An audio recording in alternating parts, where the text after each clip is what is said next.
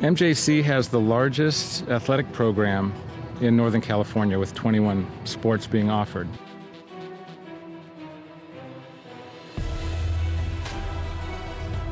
I first came to MJC, Coach Stivers came to my house with Coach Peterson, and they kind of convinced me. Then the next day they put me out in Modesto B saying that Danny Velasquez commits to MJC.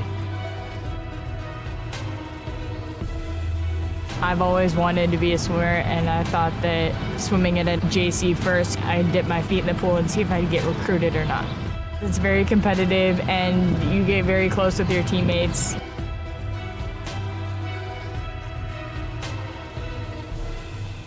I've had athletes get their master's degrees, become doctors, chiropractors, lawyers, city council members. I think the best part of my job is getting phone calls from different types of employers that want to find out about some of the athletes that I've had in the past. Yeah, I was able to get a scholarship to Cal State Fullerton through academic success and athletic success here through teachers and coaching. It's like a family. I mean, we're always looking out for each other and always making sure, hey, what can I do for you? I got a student that needs this. Hey, I got somebody that needs this class, or I have this class open. What can we do for your athletes? I've seen MJC make a difference in the life of student athletes with the priority registration. If you're a high schooler and you want to come to MJC, you can expect great coaches, a great counselor, and great student success specialists to help you along the way. We're there from start to finish. Even when you go to transfer, we even assist you after transfer. The philosophy of our program is we're a student transfer program, so our job is to get the students in and get them out. We want the parents to know exactly what's going on and what we're trying to do from an academic to an athletic standpoint. We always end up winning, we always being productive, we're always at the end. And the results of MJC and all the athletics are second to none. From what we start with to what we end with are not the same students. They come here and they get faster, or they get stronger, or they're a better player or a better teammate, or whatever it is. They all succeed. I always had dreams about playing college ball, and ending senior year without any offers to play big D1 ball, kind of heartbreaker. But I ended up grinding it out, hit the gym, made it happen, went to MJC, and got it done. I am signing with the Colorado University, go Buffaloes, got a full ride scholarship.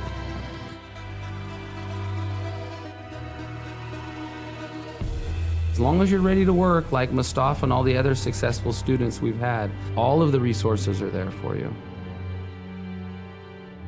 MJC has made me realize I can do anything. With all the hard work I can put into it, there's so much more I've done that I didn't realize I could do. Go Pirates! Go Pirates! Go Pirates! Arr, go Pirates! Go Pirates! Go Pirates! Go Pirates! Go Pirates! Wait, did you guys smile after a serious face?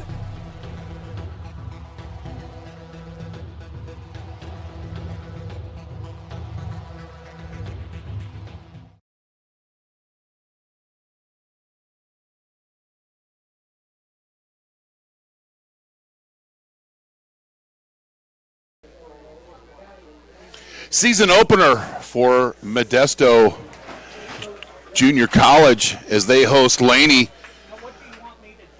Both these teams were in the same conference last year. This year it's going to be an early season matchup. Neither team has had any film to watch in each other, but they're familiar. Who's going to get the first win of the season? You'll find out next.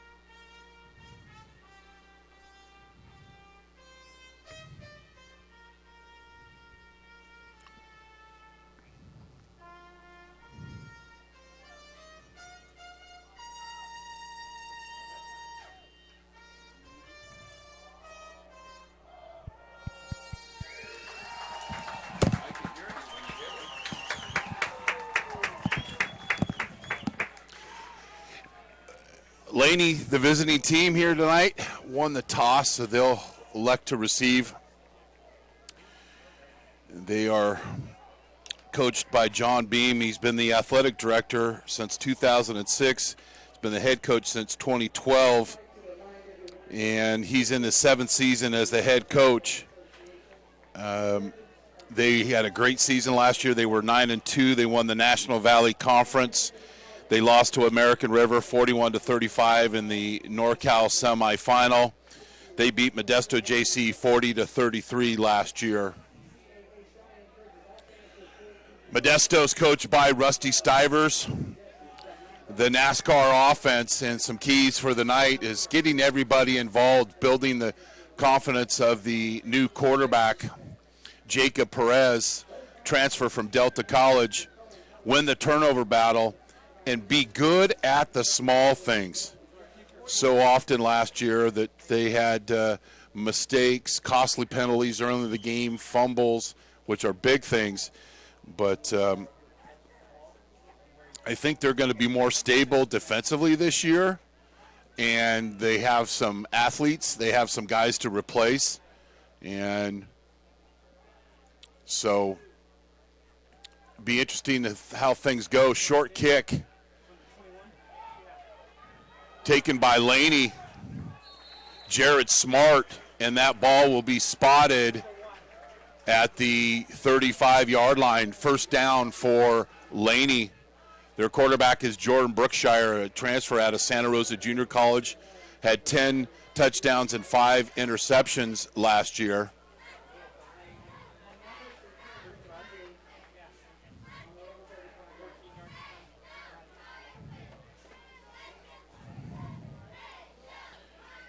Laney likes to run the football, 2-back set with a true tight end, and usually don't see a lot of this in junior college football. Play action pass, and Laney will go up top early, and an easy pass and catch from Brookshire to number 1, Jared Smart, who's getting busy here early in the game. Had a nice kickoff return on the short pooch kick, and then a big gain here on the first play of scrimmage for Laney.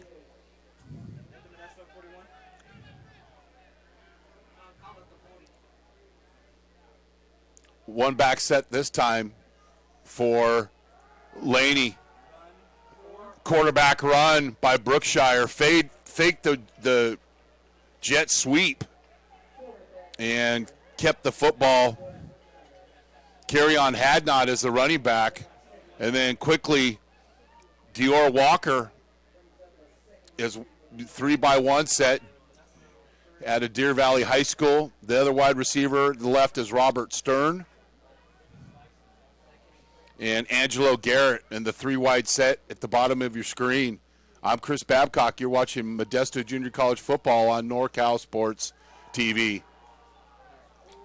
Hitch route overthrown.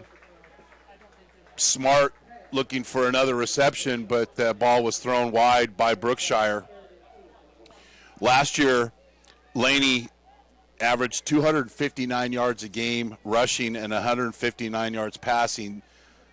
Scored 35 points per game.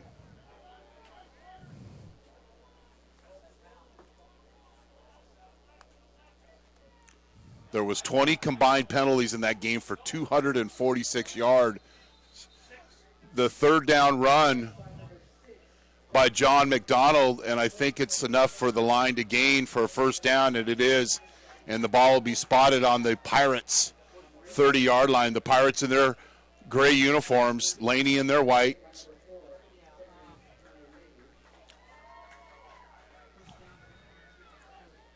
Returning starters for Coach Stivers on offense. Brandon Johnson, left tackle number 53, and Blake Evans offensively. Nice play in space by the Pirates. Defensively, Trey Nichols and Andre Sherman, both safeties, did a good job last year and shown a lot of leadership. And Broderick Medrano, number 44, had 4 sacks, and he's just a tough guy to block. Tejon Jordan, Kendrick Bond, Trey Nichols, Sherman, Martins, 2nd and 6 for Laney. Dior Walker, and he's been able to break containment and get enough for a first down and then some. Looks like around a 9-yard gain. Actually was McDonald with that first down carry for a first down for Laney. Both these teams are in the no huddle. Laney won't play as fast a pace as Modesto, but they're more than capable. Good mixture of run and pass by the Eagles.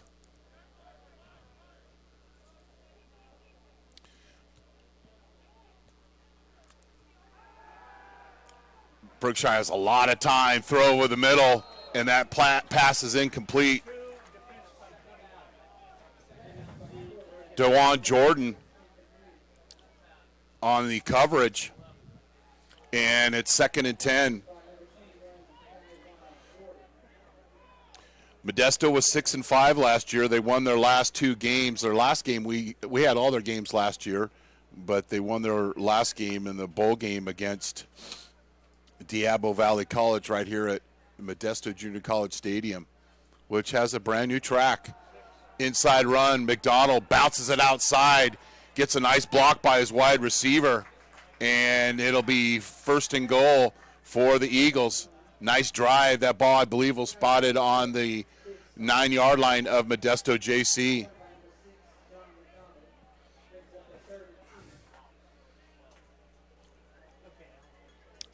Laney started this drive on their own 30-yard line and have done a good job of moving the chains. McDonald play pass, but Brookshire overshoots the wide open receiver, the tight end.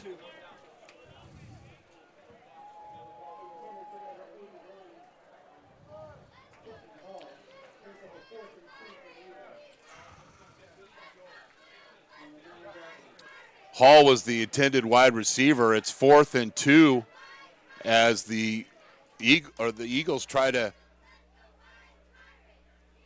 get the first down. I incorrectly called it was 1st and goal a couple of plays ago. Play pass or inside run, and I think the Pirates are going to get the stop, and they do.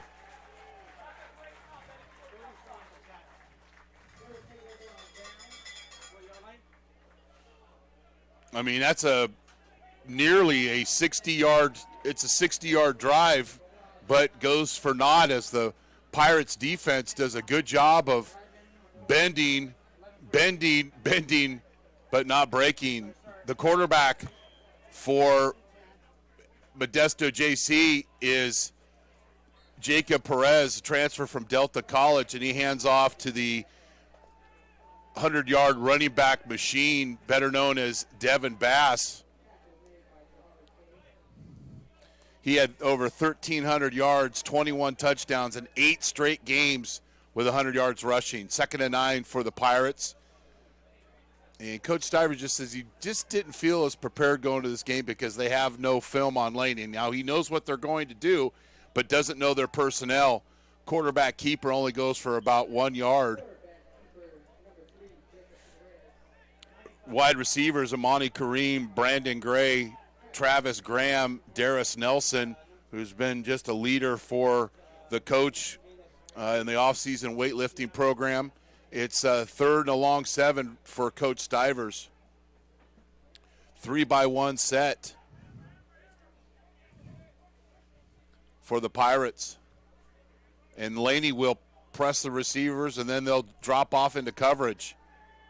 Perez has no room, is well contained by Laney, but then finds a little room on the sideline, and that pass is completed to Brandon Gray. Gray didn't have much room to work there on the sideline, and Perez looked like he wanted to run, went to his right, and found the receiver. Little bubble screen out to the left, and they've got blockers out in front. Nice gain. Darius Nelson, we just talked about him, showing a lot of athleticism there out. And Modesto wasn't as effective last year with their screen game. That is a great sign for their offense. Speed option, Perez cuts it up and picks up a nice chunk on first down, about 4 yards. After Modesto gets their initial first down, that's when they'll start going a little bit faster.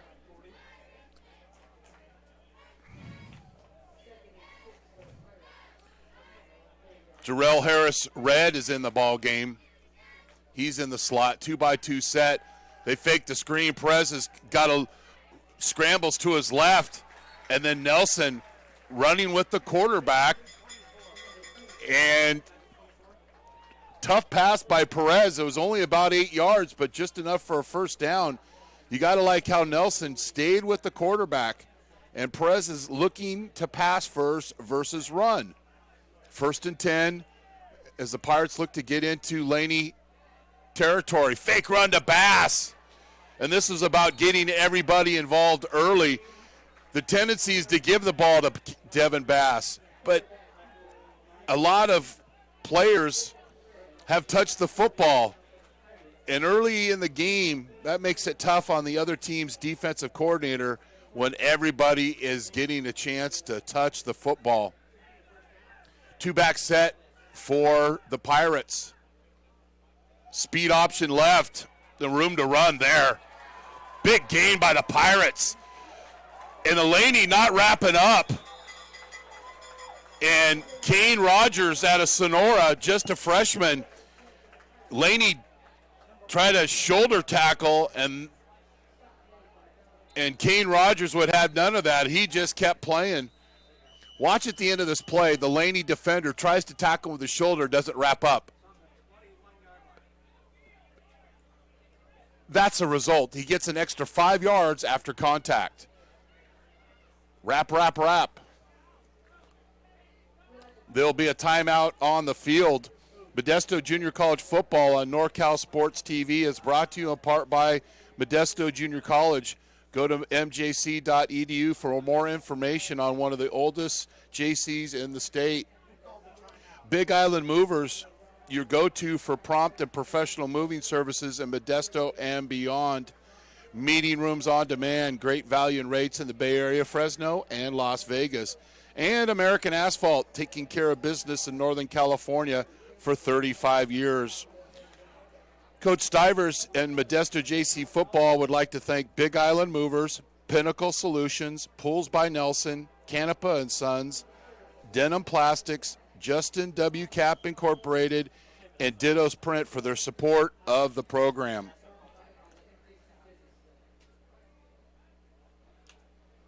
First and 10 for the Pirates on the Laney 21-yard line. 3-by-1 set. Bass at the inside run. And he picks up an ugly 2 yards as Laney runs to the football.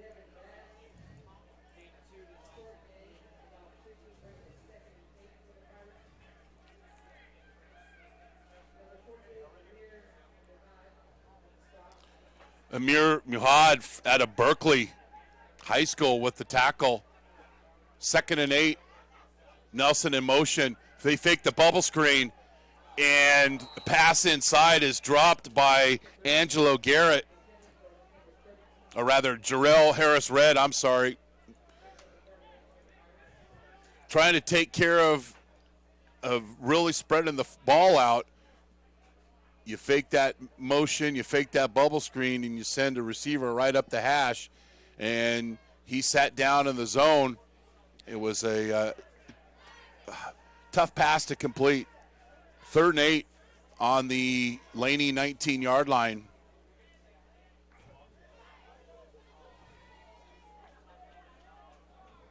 Jordan Porter out wide, the bottom of your screen. Plenty of time over the middle, wide open. Number 1, Kane Rogers with the 19-yard touchdown pass. The Pirates Mixing run and pass and allowing a lot of folks to touch the football, and here's the score. You got to respect when they fake the pass because of his ability to run the football. And great job by Kane Rogers finding the opening in the defense. Troy Dyack in for the extra point. And that kick is good, barely good, but hey, as long as it's good, right? And Modesto leads Laney 7-0.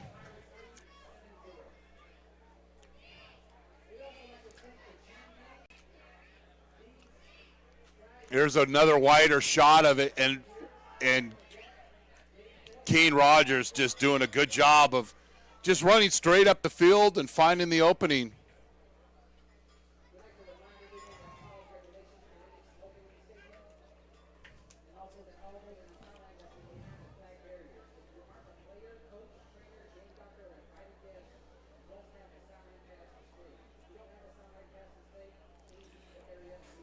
$19 yards on that pass. MJC get the stop on the inside the red zone, and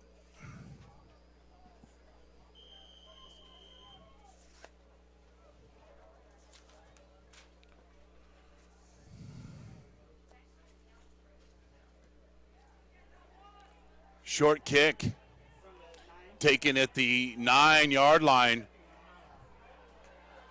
And the special teams of Laney shining strong. John McDonald, and that was one of the keys. Rusty was talking about their special teams, meaning they, as Laney, is always so good. And there is a prime example. McDonald with the big return on the short kick, and the ball will be spotted on the 24-yard line.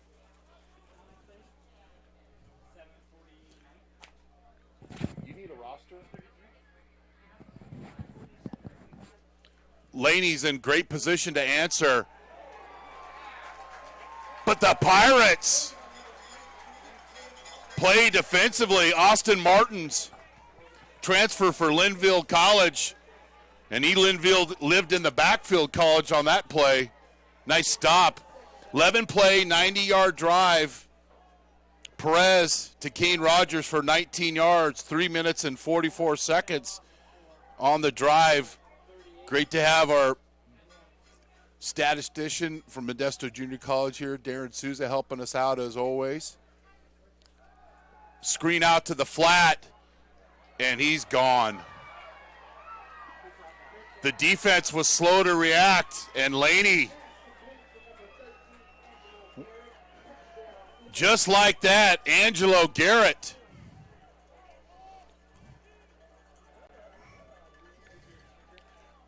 with the long reception for a touchdown. He who hesitates is lost, and there's an example. Modesto didn't get out to the flat, and he ran right along the sideline for the touchdown.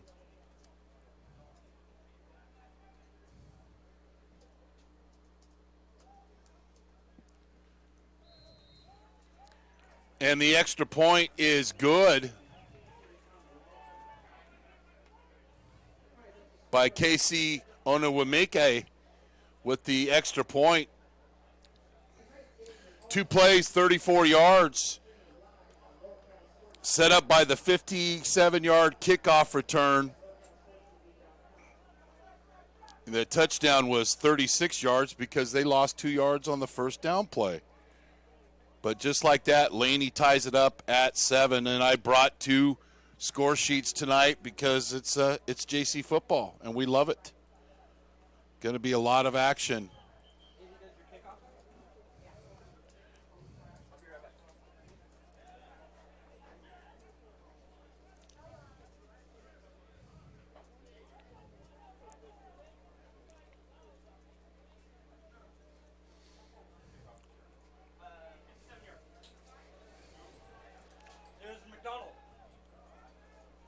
Onwuike will spot the ball on the 35 and kick it off. So just like that, Laney answers.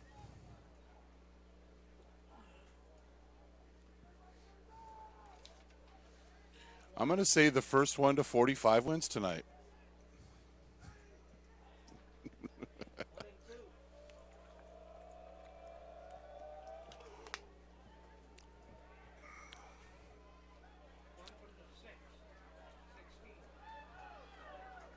That time, Laney wrapped up. Kane Rogers, who just scored the touchdown, returns it to the Modesto 27-yard line where it'll be spotted, actually make it the 26th.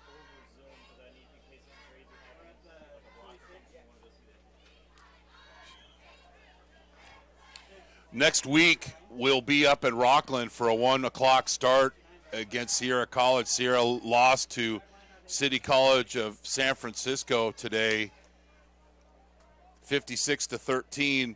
Our referee tonight is Kerry Udell. Lopez with the run. And Coach Beam of Laney said, we've got to stop Bass and we got to limit the quarterback options, meaning run, throw, make them do one thing. But last year they were just able to do a lot of things. Run to Bass, 5-yard loss, tackled in the backfield by Jahari K out of San Leandro. Good defense by Mr. K. Now the Pirates are playing behind the chains, 2nd and 12.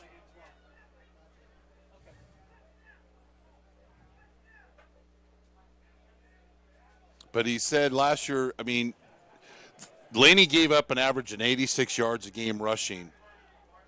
Modesto rushed for 298 yards last year. Slant route is incomplete. Nice defense by Demeek Brandon, who had 19 tackles and 3 interceptions. One of the returning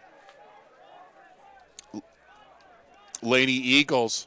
And we mentioned earlier Blake Evans and Brandon Johnson, nice offensive linemen to have returned 2 out of your 5 positions. And along with Devin Bass are all returners from last year's team.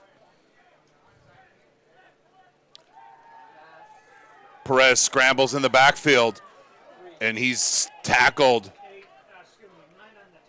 And he'll scramble for 3 or 4 yards, but it'll be 4th down from the 40-yard line. See, they'll catch Laney in substitution right here and get a 12-man penalty, or make Laney call a timeout, which they did.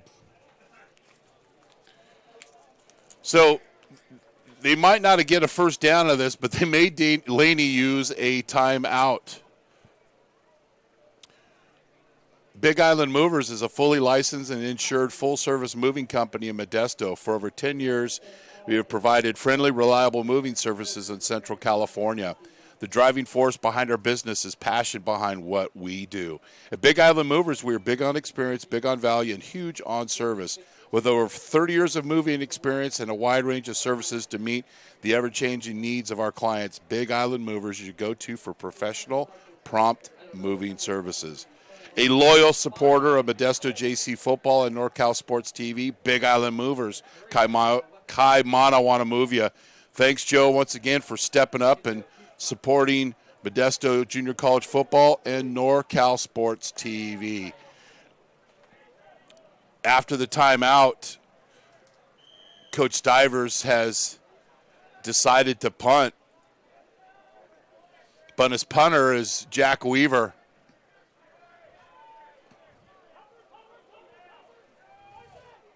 And Jack Weaver can play quarterback.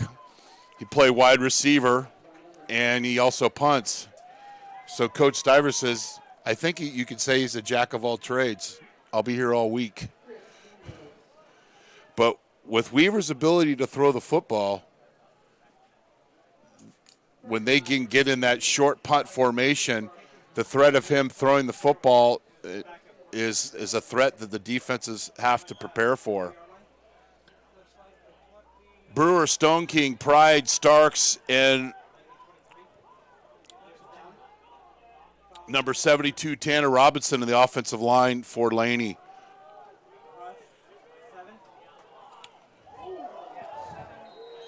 Junior Diala out of American High School is in the game for Laney.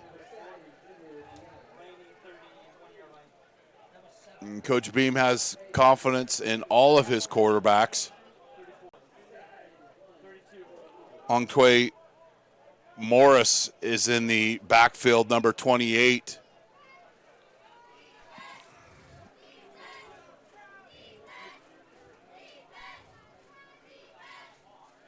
Second and short, Laney will throw.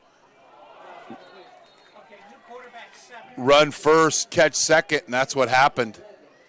Defensively for Modesto, Broderick Medrano, Antonio Pule, Brian Eaton, and Chris Soman are Dom Silva and Farron Manali, out of Manteca High School.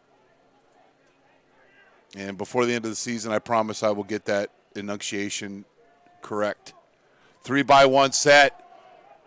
Third and short, and depending on where this, I don't think they have enough for the first down. It's fourth and a long yard, and we'll see what Coach Beam wants to do. And Laney's known for their high-quality execution of special teams, so if you're Modesto here, you really have to be on your toes. The punter is Isaac Parada out of Arroyo High School.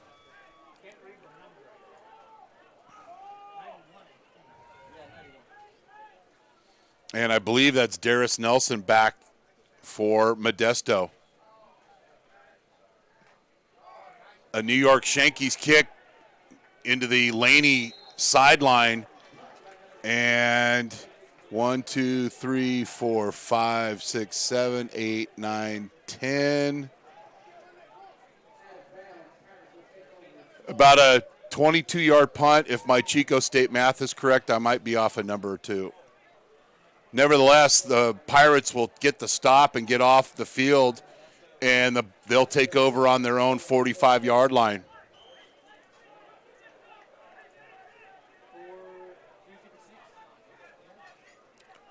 Fly sweep. But Laney playing great along the line of scrimmage, showing a lot of discipline.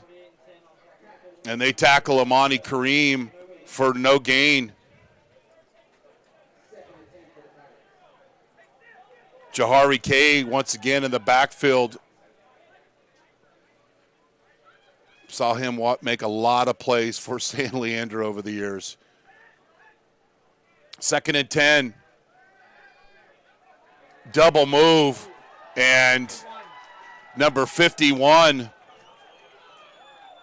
Leo Rodriguez out of Napa High School, would have none of it, and that is a loss of about 12 yards, and it's 3rd and ugly for Coach Stivers. Laney, they're breaking up the timing of the Modesto Junior College receivers' routes, and that happens. The defensive line is going to get pressure. They do a little twist stunt up front, little pass and catch, big target there. Number 13, Jarrell Harris-Red, once again on the stat sheet. Not enough for a first down, but Laney or Modesto will line up quickly and go for it on 4th down, or appear to go for it. Or they do the short kick and it'll roll.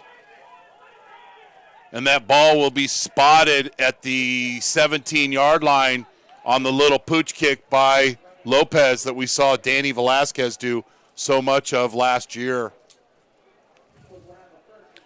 Meeting rooms on demand, a unique alternative to hotel conference rooms with rates as low as $40 an hour and seating capacity up to 50.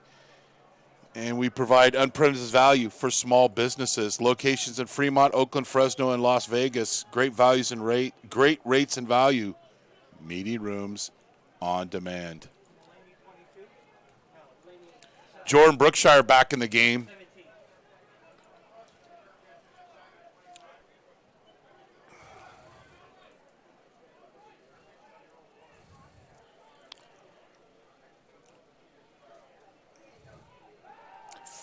Little smoke screen out to the right flat. But DeJuan Jordan comes up and wraps, and it's a gain of 3 yards. And sometimes that's the only thing you're only looking for 3 yards in that first down play. You do that play to set up another play. The other corner is number 10, Kendrick Bond. And just this roster of Modesto just littered with, I don't mean in a bad way, just a lot of local players. That run goes nowhere. Austin Martins again with another play, second big play he's made defensively. And Modesto will get some subs in defensively, get into their nickel package. It'll be 3rd and a long 7 with less than, we're near the 1 minute and 10 second mark here in the first quarter. You're watching Modesto Junior College football on NorCal Sports TV. Under duress, Malachi crunch in the backfield. Dom Silva. And we'll get this on the replay. This is just too many guys going and not enough to protect. Watch all these blitzers come.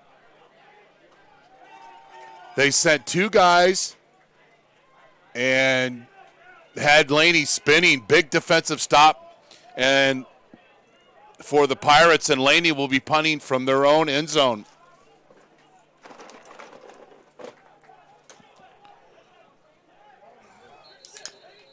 And we've got a procedure, I believe, on Laney. It'll be half the distance to the goal line.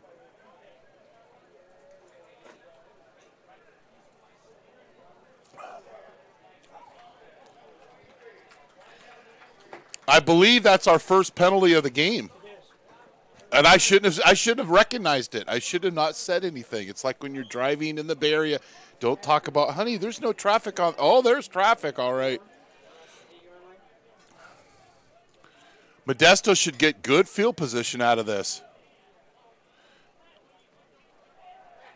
Another punt to the right that is rolling the wrong way, Jim Marshall, and that'll be spotted on the 19-yard line. 14-yard punt.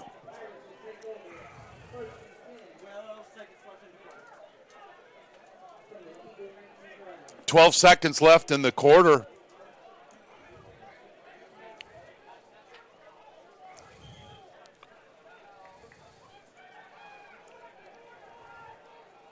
Play action pass. Lopez makes a great decision there. His best play of the game so far. Hey, he threw the ball out of bounds. That's a great play. He got the ball in the red zone. It's 1st and 10. No one's open. Throw the ball away. And that's what he did. Live for another play. A Laney player is down.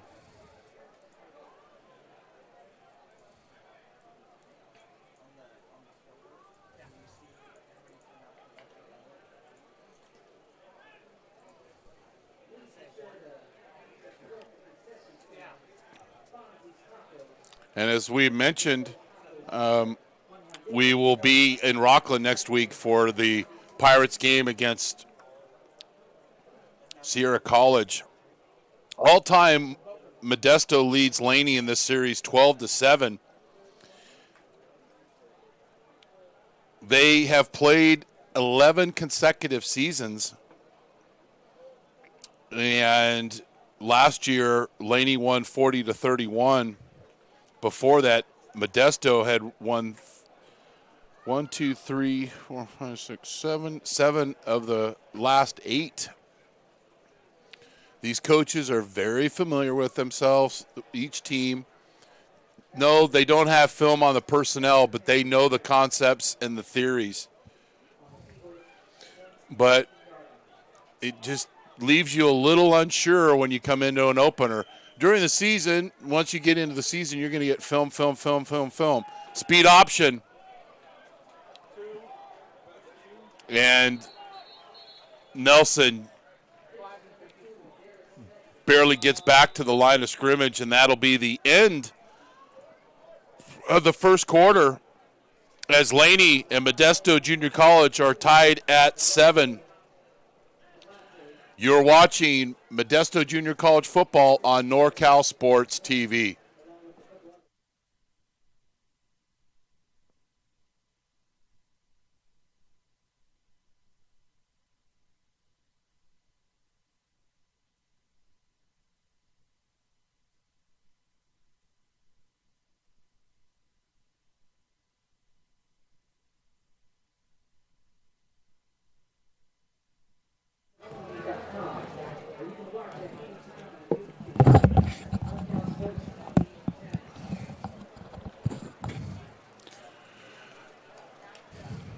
So when we get back, it'll be 3rd and 9 from the 19-yard line.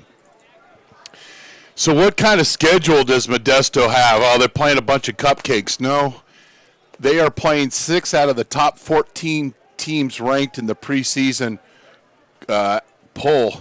So you got Laney. They're going to play College of San Mateo, American River, City College of San Francisco, Fresno City, and Sac City. And we'll be there to bring you all the action here on NorCal Sports TV. Big, nice crowd here, and that is a result of Modesto doing a good job of getting local players to stay here. And I think we've got a roughing the passer.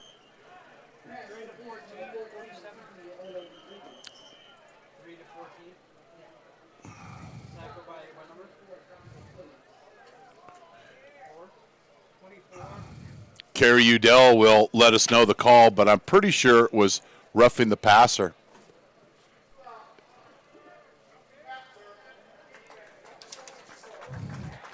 Yeah, Timmy Dorsey out of Antioch High School had good pressure, but got a little trying to make a play and ended up extending a drive by penalty.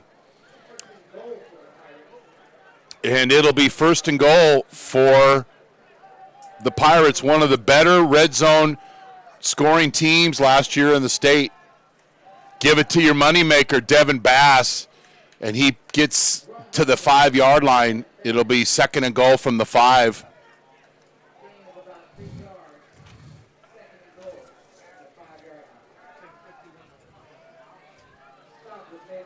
Tied at 7 in this season opener here on NorCal Sports TV. Quarterback keeper, and Laney just clogs the middle. Silly Villanucci, Tomasi, and I apologize for the enunciation, and he asked Coach Beams, I don't, I know one thing, he made a big play, tackle for loss, and it's 3rd and 7 from the 7.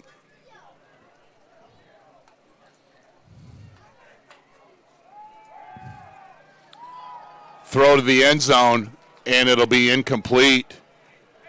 The intended receiver was Kane Rogers, who caught the first touchdown pass. And here's an opportunity for the Pirates to get into the end zone.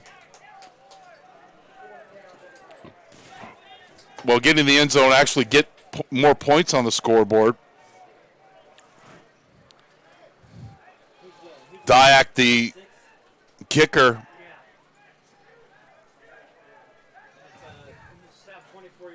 And the kick is no good. Missed opportunity. You get the short field and a wasted opportunity for the Pirates. If they lose by 3, or less, you can point to that opportunity, not just because the field goal kicker missed it. That's one thing. But you're getting stalled in the drive, and, it's the first game. You're trying to build continuity between your offense and your timing of things and your routes. So, but a team like Laney who wins 9, 8, 10 ball games a year, you can't have those mistakes. And the Pirates, a lot of them in the backfield, a plethora of tacklers for the Pirates. A loss of 3 yards on that first down play. And that's how your defense steps up for your offense. Your offense misses the field goal, you come in and get a tackle for loss.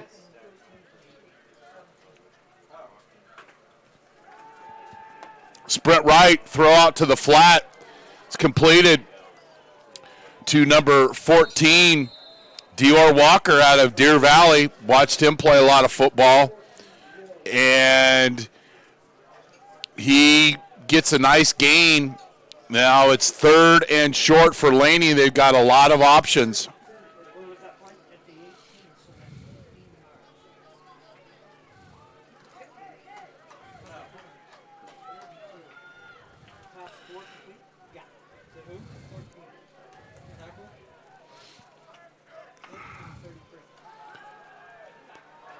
Good defense by the Pirates.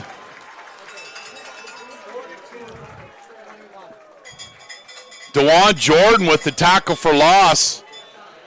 It was a hitch route, but you would expect the Laney receiver to go past the chain. He didn't, and Jordan rallies up, and the defense takes care of the offense. First quarter statistics, Laney 11 carries, 27 yards, had 66 yards passing. Time of possession, 7 minutes and 52 seconds. MJC, 12 runs for 43 yards as that punt goes towards the Laney sideline and will go out of bounds, nearly go out of bounds. That's how you flip the field. The best punt of the 3 for Laney. Passing, 66 yards for both teams. Laney is 3 of 7, and Modesto JC is 5 of 8. The Pirates will take over on their own 26-yard line.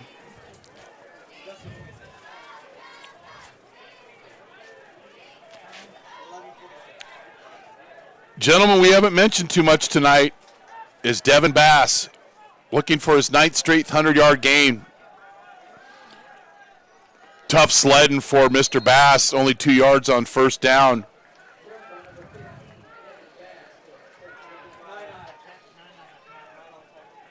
Laney's big up front, Hill, Dorsey, Whitley, and Thomasy, who's already made a big play in the backfield.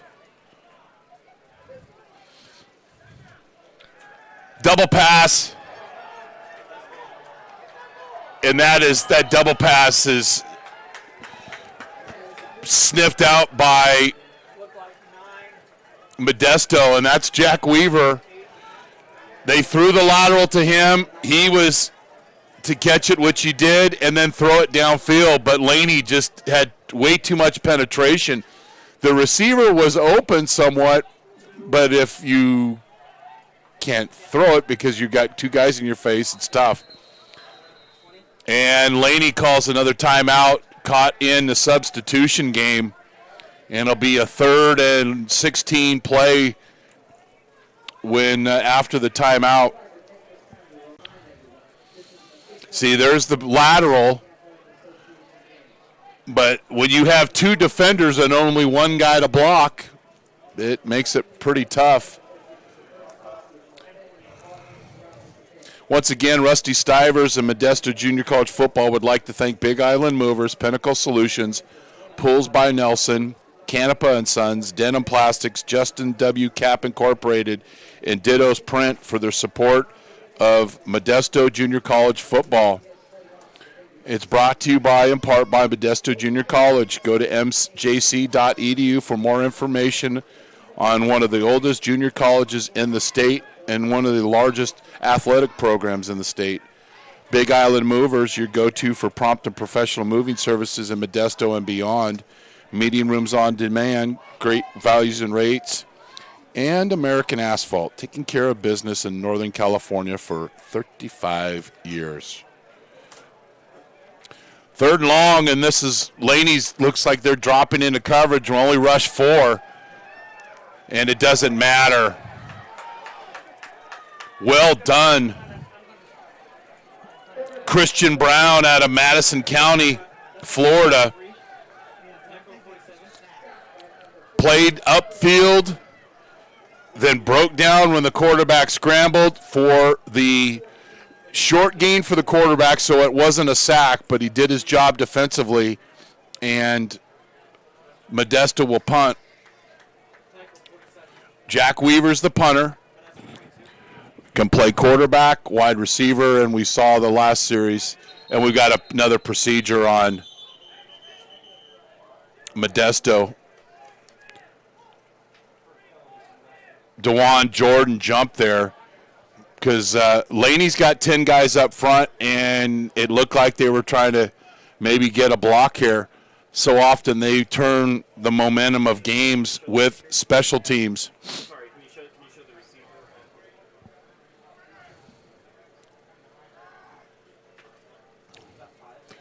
Weaver takes a lot of time. That ball's kicked to the sideline, and it's going to be a returnable kick for Laney.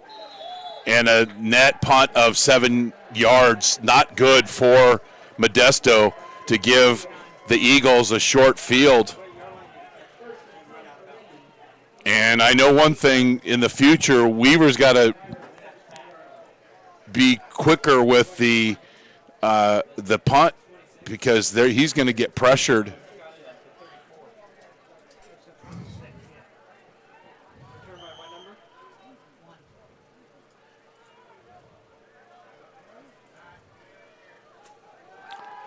Play pass, but Broderick Madrano,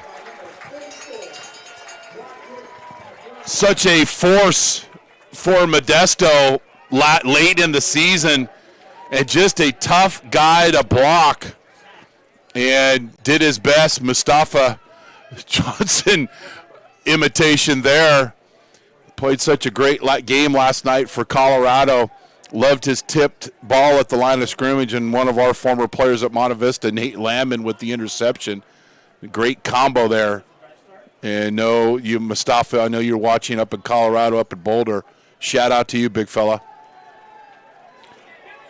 Throw over the top, but Jordan Brookshire could feel the rush as the Pirates unleashed their pass rush that time once again.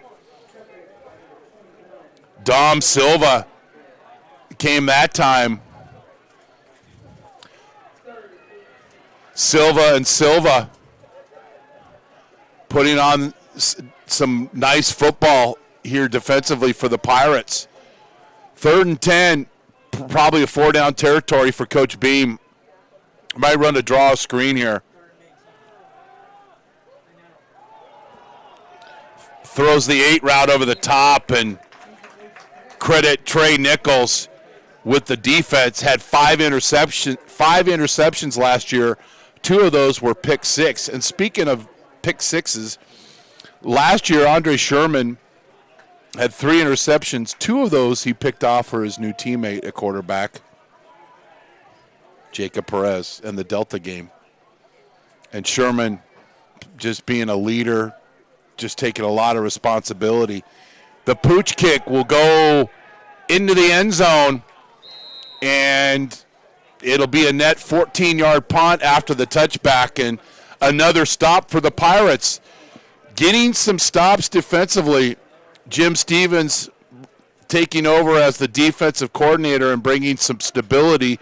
An on-campus coach. He's a professor here on campus, and his influence so far is a very positive one, as this offense of Laney has been shut down except for one drive. Little hitch route that's completed for 6 yards.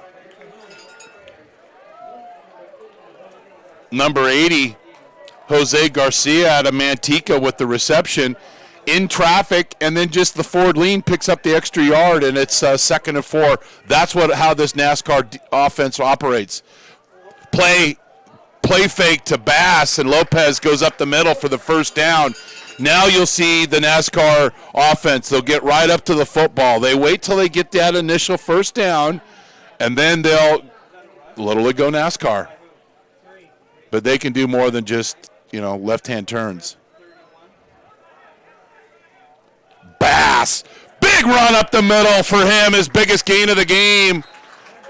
I know it's only 11 yards, but he's been getting 2, 3, and big runs usually come in bunches.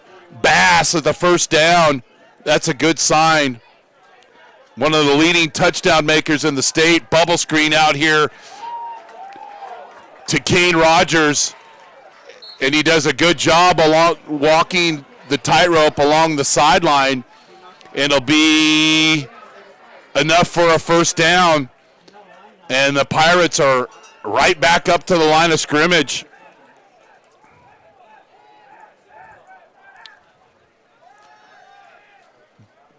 Lopez did a good job on the option because Laney had way too much penetration. They were actually in a position to intercept the option pitch, and he did a good job of just pushing up the field, and another Laney player is down. There's Bass's run. Just ran through a couple of arm tackles to get the first down. And just want to remind you, follow us on social media at NorCal Sports TV, or subscribe to our YouTube channel, which many of you are watching the game on, youtube.com/NorCal Sports TV. If you sign up, doesn't cost you anything, you'll get alerts of our upcoming games. We've got high school games. We do Turlock High School. We do Monte Vista High School. We've got a couple of junior college schools lined up for football. Get those alerts and be able to watch our games live or replay at any time. Modesto Junior College Football, once again, we're proud to be their streaming company this season. 2nd and 8, 7 minutes, and the clock is running after the injury timeout. 2-by-2 set with Bass offset to Lopez's left. Coach Stivers changing the play at the line of scrimmage. And Bass resets to the right. Now he resets to the left. It's musical chairs. Better get a snap off. Lopez has time. Over the top. And it goes incomplete.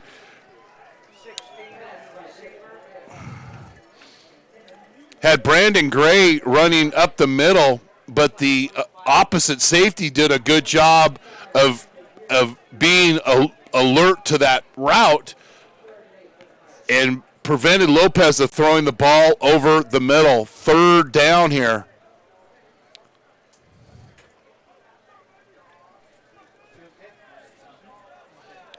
Coach Hollis and Coach Stivers giving signals on the sidelines. Lopez stays in the pocket, and he's sacked.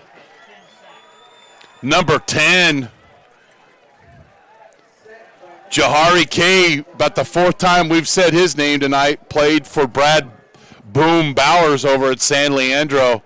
And it's 4th down on the Pirates' own 49-yard line. And Pirates will line up, and they'll do the short kick, which we see so often. And the bounce will get inside the 20, and it'll be spotted at the 23-yard line of Laney. This is like the old NFC East battles. Just punt, punt, punt, and punt.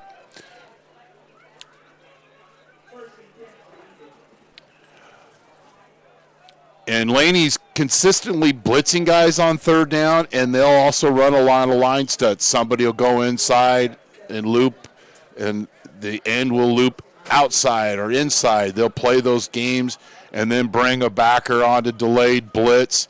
And they just keep you on your toes. And if you're not communicating up front, that'll be the result.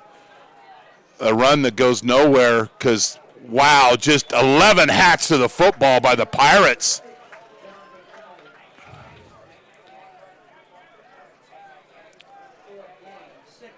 No gain for Laney.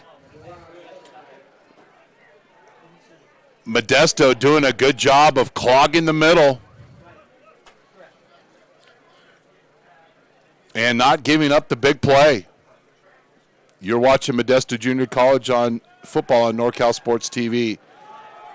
Brookshire will scramble, and he's tackled and gets enough for the line to gain. It'll be a first down. The ball will be spotted at their own 28-yard line. Brookshire didn't see anybody open downfield and made the immediate decision to run. Doesn't see anybody open, and he is decisive, and he made a tackler miss. Dom Silva did break down in space, and Brookshire avoided that tackle and got the first down. Quick screen out in the flat to Jared Smart, and he's tackled out of bounds. Almost at the 5.5-minute mark here from Modesto Junior College.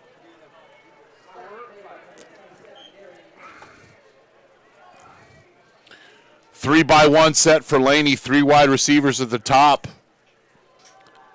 Inside run. And McDonald, big gain.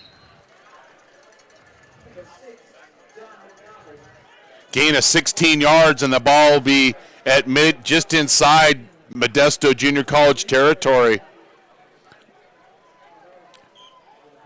McDonald was at Laney, left on a track scholarship, and he is back. Big run there. Brookshire misses one tackler, but then he's wrangled to the ground by, you guessed it, Broderick Madrano. And he gets credit for his second sack of the game. Watch 44 here wrap up. He'll blast into your screen. You're not getting away from that kid. Accomplished wrestler and lives in the weight room.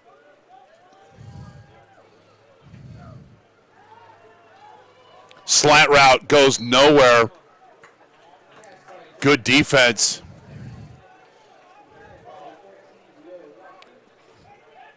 Farron Manolulele right in the passing lane, and I think the receivers sensed that he was there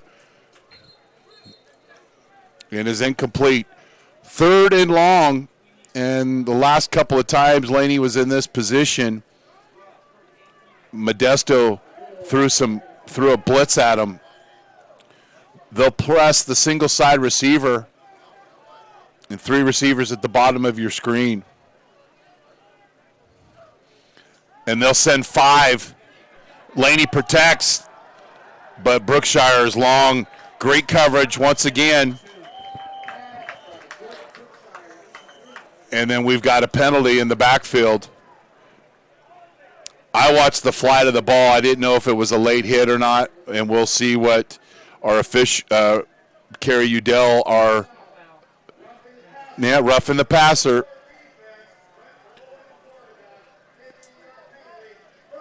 Had absolutely no chance on that pass, but Modesto, who wasn't whistled for a penalty in the first quarter, has had some costly ones here in the second quarter. That one's for a first down off an incomplete pass that was overthrown by 8 yards.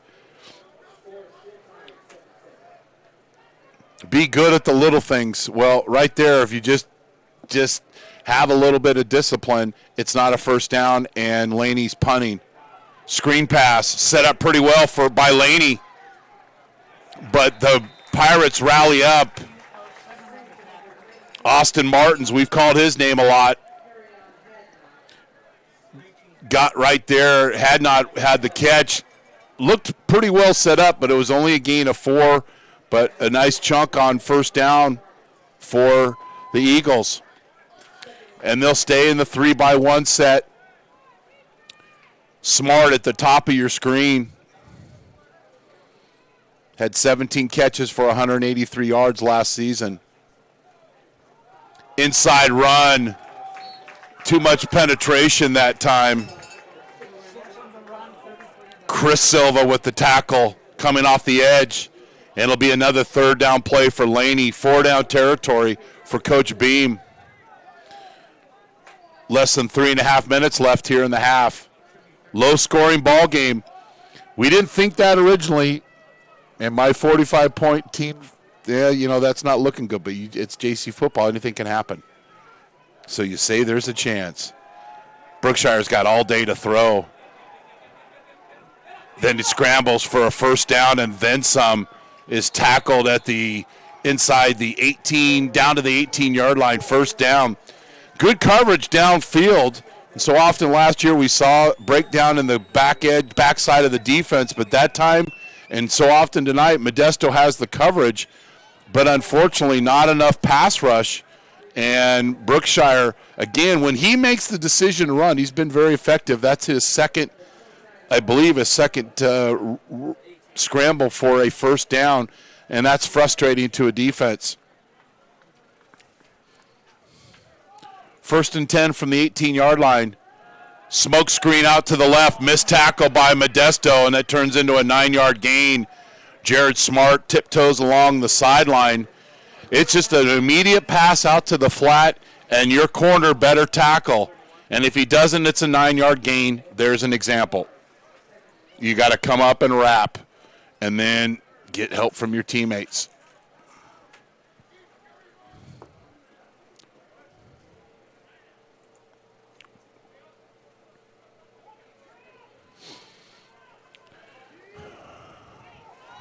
Wide open. Joshua Allen out of Washington High School couldn't be any more wide open. Nice play design. They had that play in the first half, but didn't complete it. Go right back to it, and they get the score. 85, big fella, wide open, right up the middle.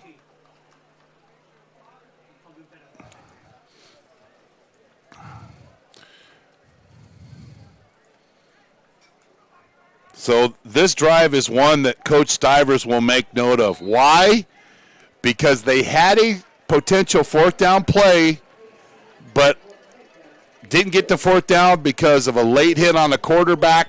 That play alone extended the drive. There's the result. A 14-7 lead by Laney.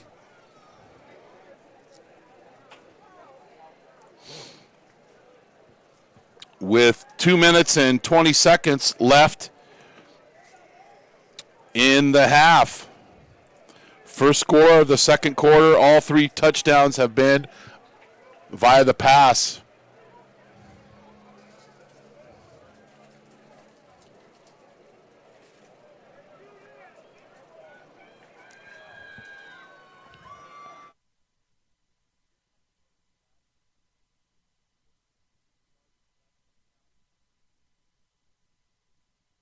Thank you. So we've had touchdown passes of 19, 36, and 9. 11-play drive, 83 yards. The roughing the passer penalty, and then a 16-yard scramble by Brookshire for another first down, and it's 14-7. Now, Modesto could go winners outs. They get the ball to start the second half. So if they could take this drive and score, they'll get the ball back, thus the winners outs. Nice return by Kane Rogers, and he keeps on going like the Energizer Bunny, and look at his teammates support him, and he's still going. You love the passion. Good start of the drive for Modesto. Head straight up the field. Key to returning. Then you just keep your feet going and then watch his teammates help him move this pile. That's a great sign. That's everybody working together, being unselfish. 3-by-1 set for the Pirates. Bass in the backfield. Fake the bubble screen. Lopez doesn't have anybody to throw to, and he'll just scramble himself. And he's pushed out of bounds, and that's a penalty. That's not a very disciplined play by Cameron Nathan out of Antioch High School. Returning player, had 64 tackles and 3 sacks on the season. It's a scramble. The guy got the first down, and you don't have to aid it by just throwing him out of bounds when he's going out of bounds. That's a free 15 yards.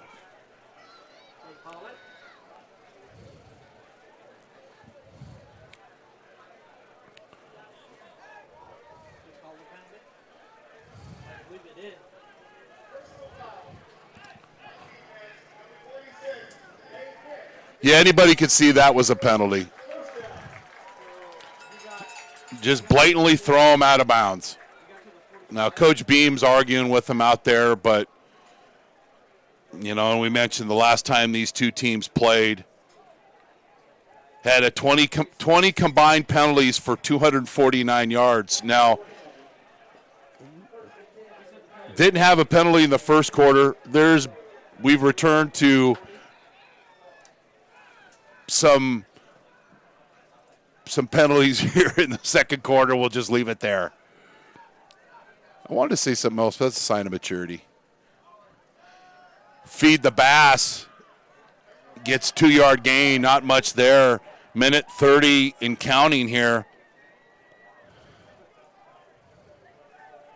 Modesto has 3 timeouts. I would imagine if they get a first down here, they're going to use one pretty quickly. Single receiver at the top of the screen inside a minute 20 here. Bass run. He breaks a tackle and can't make that one miss. Nice tackle in space by number 21, Rizan Wright out of James Logan High School. It'll be 3rd and 5. Less than a minute left here. Pirates have 3 timeouts. Lopez, quick out, is dropped.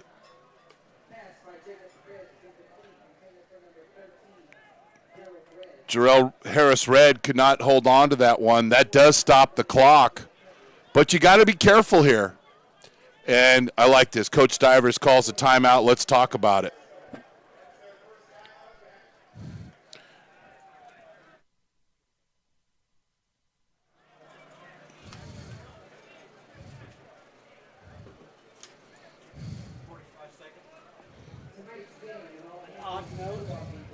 Laney has not had a 300-yard passing game in 9 years.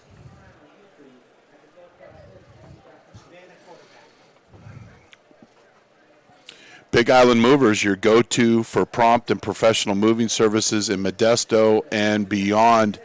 Appreciate Joe's support of Modesto Junior College football and his family, and of NorCal Sports TV. Coach Beam still talking to the official, probably about that last 15-yard penalty. But I think if Coach watched that one on film, he might have a little bit better idea.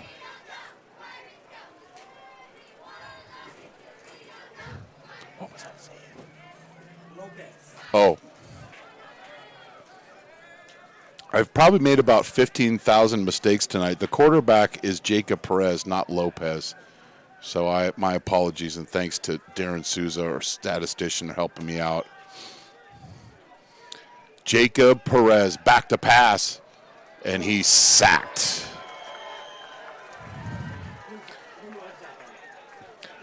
Number 33, Jordan Whitley out of Castlemont High School.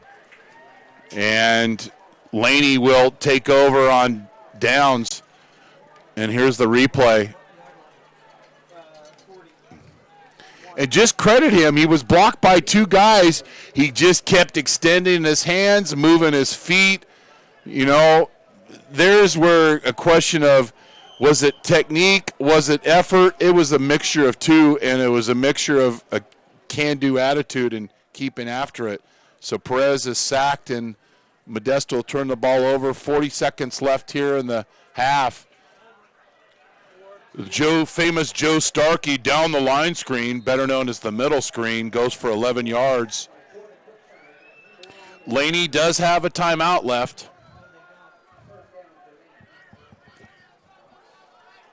I'm corrected. They have no timeouts left, so they've got to hurry up and go if they want to, at a minimum, get a field goal attempt. Brookshire back to pass. Great coverage that time. The defensive backfield for Modesto has played pretty good, but I see a penalty flag, so we might have a holding penalty on.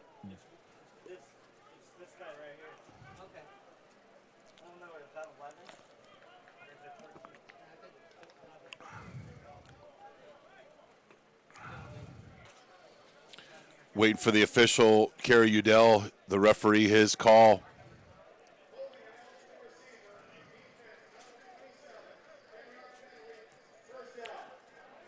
Another penalty for a first down. Darian Young with the hold.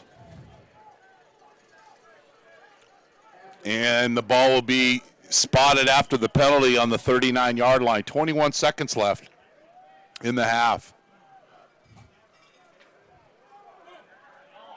Brookshire scrambles again and picks up the first down and gets out of bounds at the 25, actually spotted at the 24-yard line.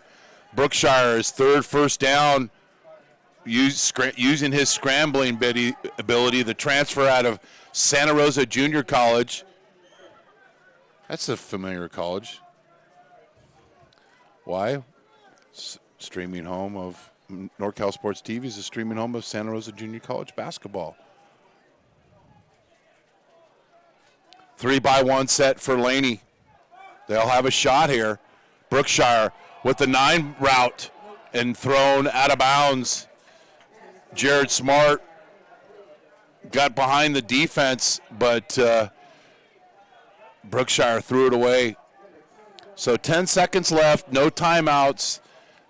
Laney could run maybe a quick out and maybe get a field goal attempt out of this, or take a couple of shots into the end zone.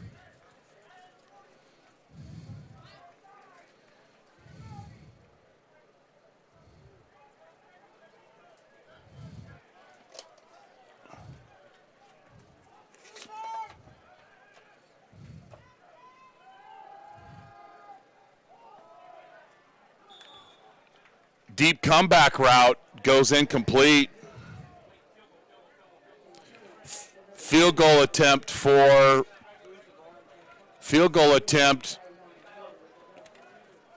for Laney, and where this ball is spotted,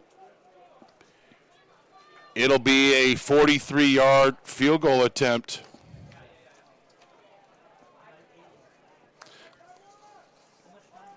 Last year, KC Onawamika was 5 of 7 on field goals. And this one has got the distance, and it's good. And Laney takes advantage of the situational football, gets the ball late in the corner without a timeout, and gets the field goal with 3 seconds remaining, a 42-yarder.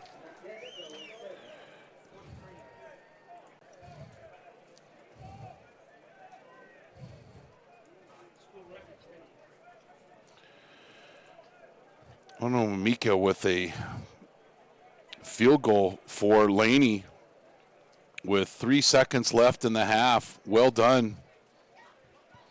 And you go back earlier in the game, Modesto was in the red zone, missed the field goal.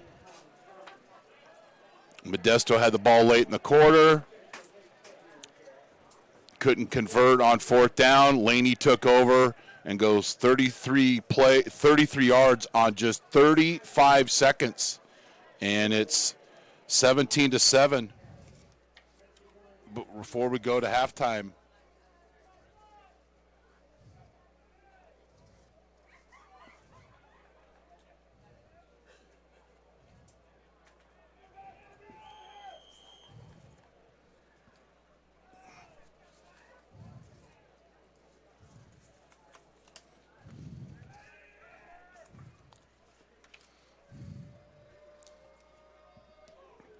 Little squib kick.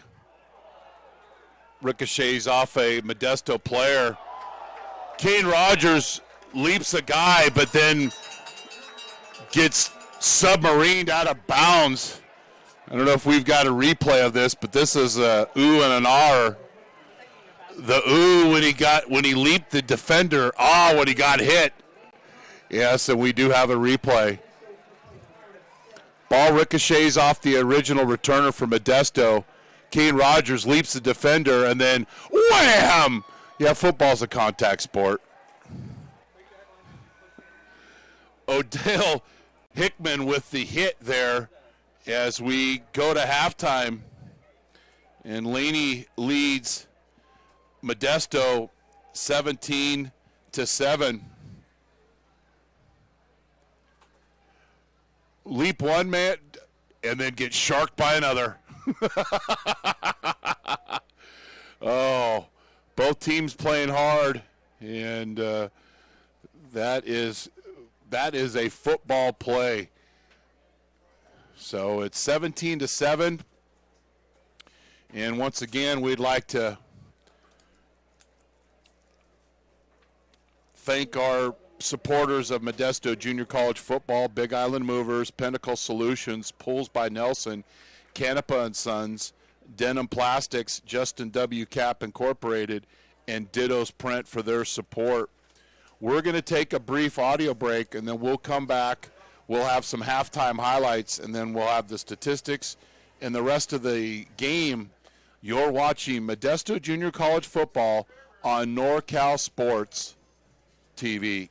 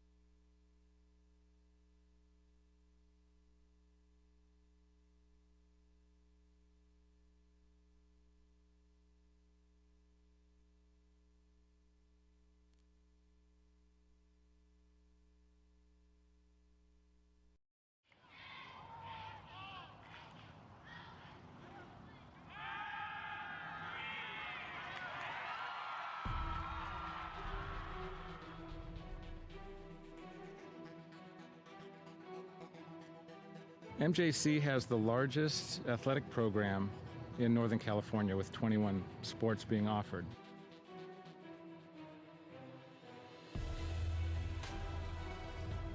I first came to MJC, Coach Stivers came to my house with Coach Peterson, and they kind of convinced me. Then the next day they put me out in Modesto B saying that Danny Velasquez commits to MJC. I've always wanted to be a swimmer, and I thought that swimming at a JC first, I'd dip my feet in the pool and see if I'd get recruited or not. It's very competitive, and you get very close with your teammates.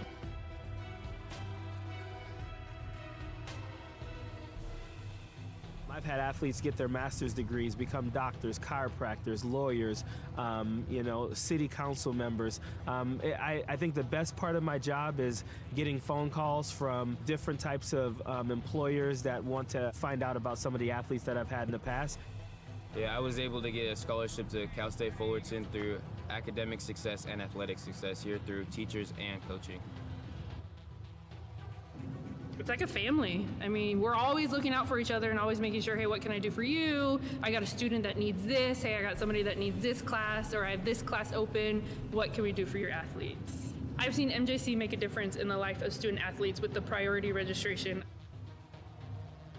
If you're a high schooler and you want to come to MJC, you can expect great coaches, a great counselor, and great student success specialists to help you along the way. We're there from start to finish. Even when you go to transfer, we even assist you after transfer. The philosophy of our program is we're a student transfer program, so our job is to get the students in and get them out. We want the parents to know exactly what's going on and what we're trying to do from an academic to an athletic standpoint. We always end up winning. We always being productive. We're always at the end. And the results of MJC and all the athletics are second to none. From what we start with, what we end with are not the same students. They come here and they get faster, or they get stronger, or they're a better player or a better teammate, or whatever it is. They all succeed. I always had dreams about playing college ball, and ending senior year without any offers to play big D1 ball, kind of heartbreaker. But I ended up grinding it out, hit the gym, made it happen, went to MJC, and got it done. I am signing with the Colorado University, go Buffaloes, got a full ride scholarship.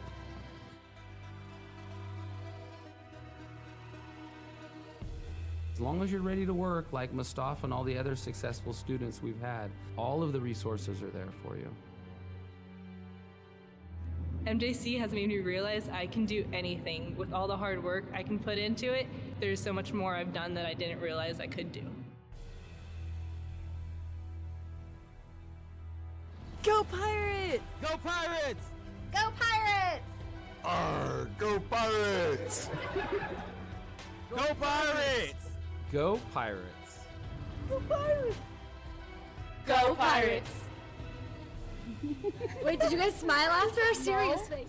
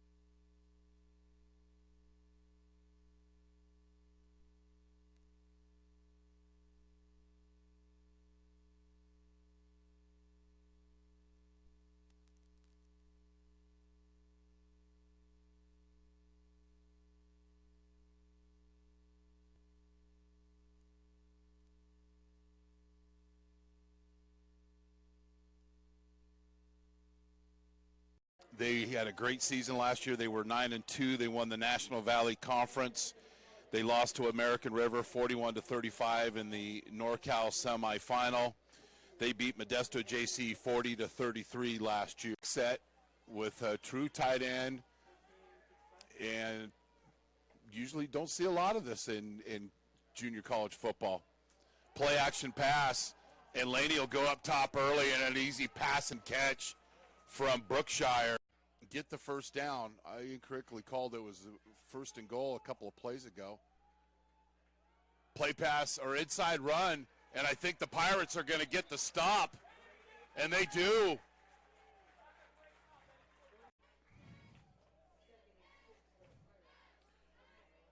Jarrell Harris-Red is in the ball game. He's in the slot, 2-by-2 set.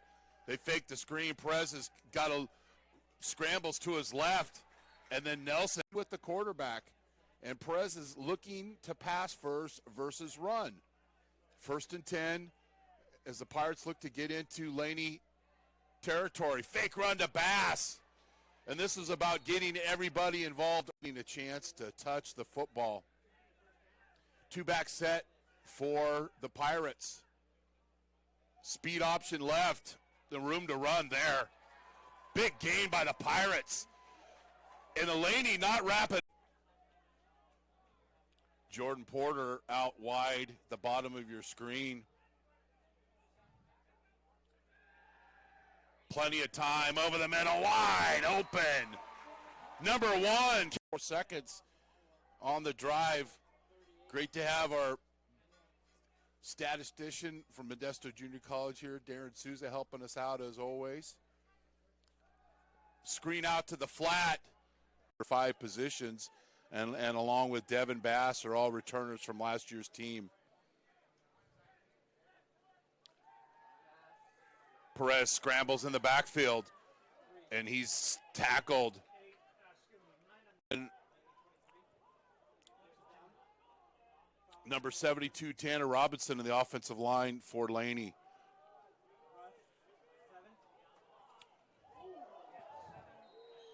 Junior Diala backfield. Saw him make a lot of plays for San Leandro over the years. 2nd and 10. Double move, and we're near the 1 minute and 10 second mark here in the first quarter. You're watching Modesto Junior College football on NorCal Sports TV. Under duress, Malachi crunch in the backfield. And Thomasy, who's already made a big play in the backfield. Double pass. And that double pass. Be quicker with the punt because he's going to get pressured.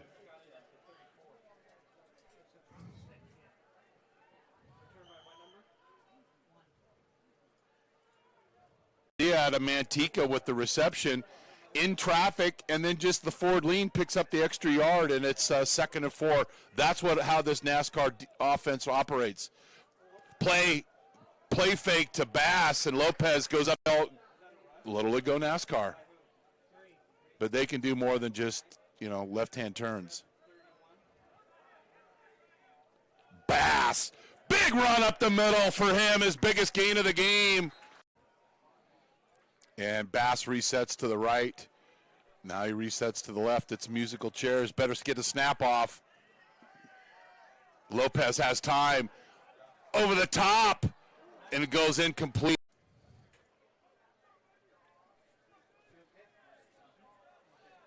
Coach Hollis and Coach Stivers giving signals on the sidelines. Lopez stays in the pocket, and he's sacked. And not giving up the big play. You're watching Modesto Junior College on football on NorCal Sports TV. Brookshire will scramble, and he's tackled. 3-by-1 set for Laney, 3 wide receivers at the top. Inside run. And McDonald big gain. McDonald was at Laney, left on a track scholarship, and he is back. Big run there. Brookshire misses one tackler, but then AC football, anything can happen. So you say there's a chance. Brookshire's got all day to throw. Then he scrambles for a first down and then some, is tackled at the inside the 18.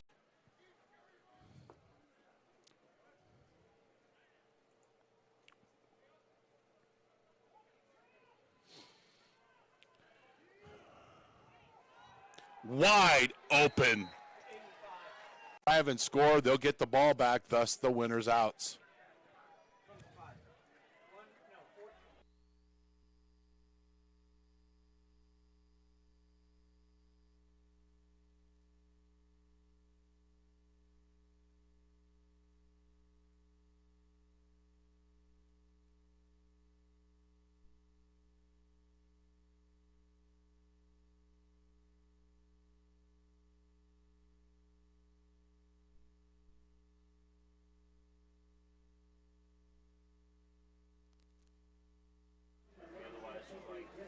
We're back here at halftime.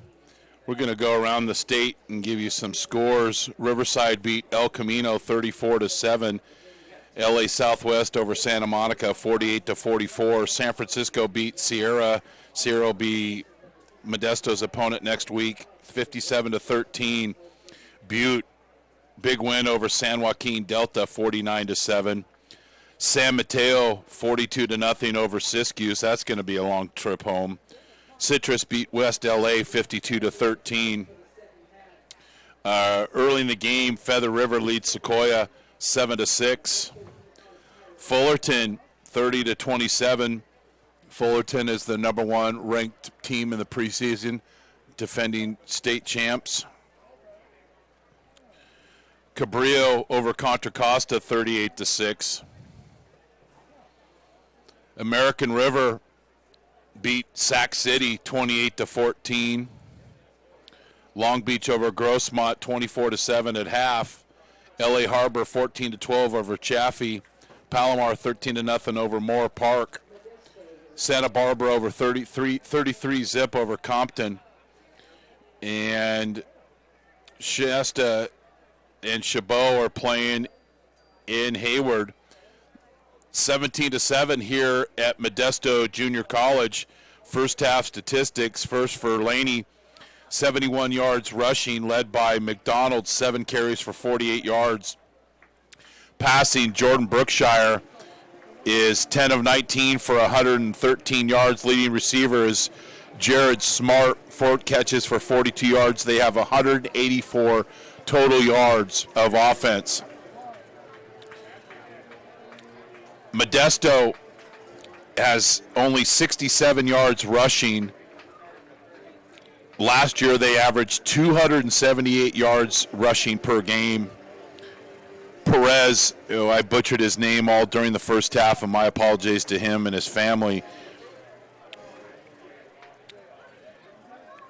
He is 8 of 14 for 78 yards.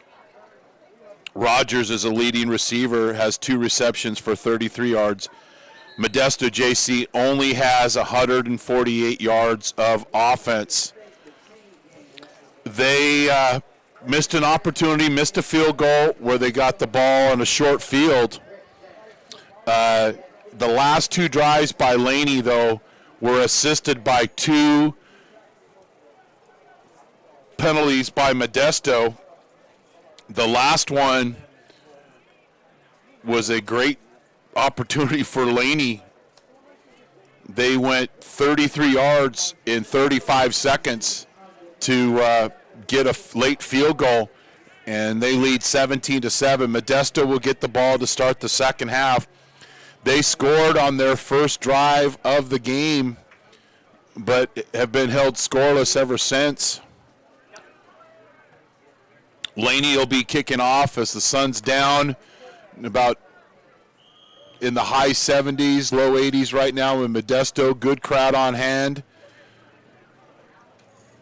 We've got Fonzie's taco truck outside, ice cream truck. They do just a really good job here at Modesto Junior College.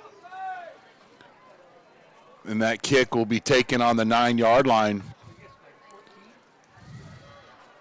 And a nice return by Tommy Ologundu. I'm going to try to pronunciate this correct. Ologundu with the return out of Cesar Chavez High School in Stockton.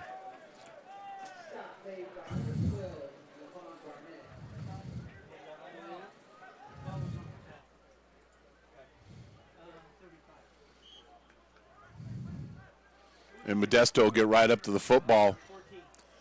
Back to pass. Wide open receiver. The 40 down to the 30-yard line. In a plethora of tackles, he goes an extra 5 yards. The ball will be spotted inside the 20-yard line. And then we've got a post-play penalty as Laney and the receiver were getting after it. Number 13, Jarrell Harris-Red.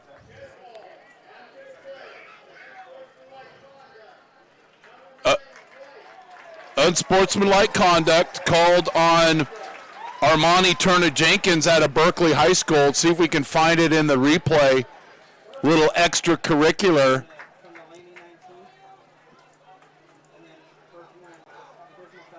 Let's see what happens. We'll let this run a little bit. Who knows what's going on inside there? But it's not for the faint of heart. Now, the last time Modesto got in the red zone, they didn't score. Bass does a yeoman's job to, if that's such a word, just to try to get to the line of scrimmage. And Bass loses 1 yard. I mean, Bass in danger of breaking his 8-game streak of 100 consecutive yards, 100 yards rushing. 2nd and 11, bubble screen, and thrown too high by Perez. Intended receiver was Darius Nelson. So it'll be 3rd and goal from the 11-yard line. Jared Weaver in the game, and he's lining up in the left slot. This might be a trick play.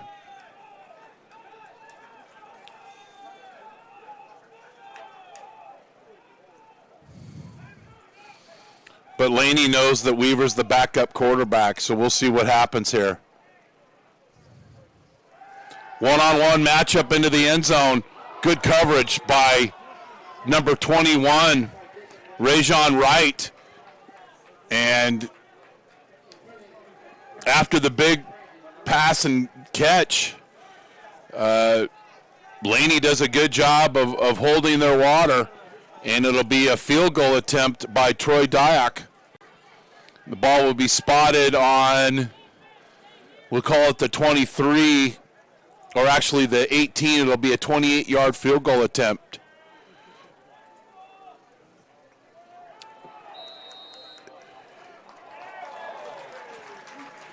And it's good. And everybody in Modesto is going, I think I can, and it goes over the upright, and it's 3 points. So, as they did to open the game, Modesto gets a key 3 possession score. And what are the key 3 possessions? Well, we call the 3 key possessions the first one you have of the game, the last one you have of the first half, and the first possession of the second half. So right now, Modesto scored on 2 of those 3 possessions.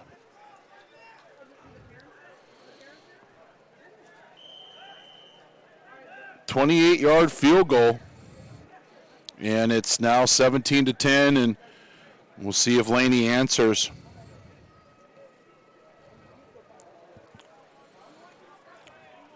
Kick fielded at the 1 yard line. And Laney returner is just showing his speed and athletic ability. And he's tackled. Carrion Hadnot fielded that ball on the 1, and I think what happened is that Modesto should have broke down around the 20-yard line, but they smelled like they were going to make a big play. They outran the coverage, and Hadnot shows his ability, gets a big gain, but there's a penalty on the field, and it'll be 10 yards from the spot of the foul, and Laney will still get good field position. But when we talked to Coach Stivers on Thursday night, he just was leery of Laney's ability to be successful on special teams. They have a great tradition of being very good on special teams. Had not fielded that kick at the 1 yard line, and Modesto just pursued a little too aggressively, and they outran the coverage. Brookshire, a little flat route on first down, and Modesto missing several tackles. Quintus Hall Jr. with the reception, just a little 2-yard pass out in the flat.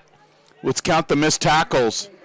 There's 1, there's 2, and it's a first down. That's an example of the quarterback just getting the ball out of his hands and letting his guys make plays. Teams don't tackle very well. They're limited in the amount of practices and contacts they have, so get the ball out in the flat and take advantage. So just as soon as Laney gets the first down, they have a procedure penalty, and it'll be marched back 5 yards. Laney has scored on their last 2 drives.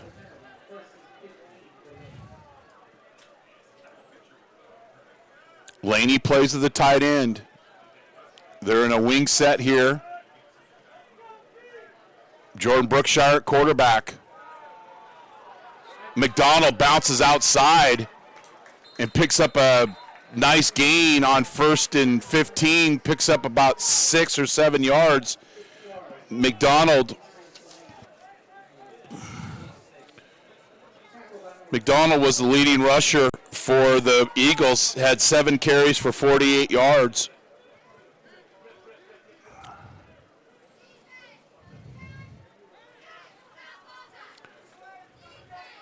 First and 15, now it's 2nd and 8.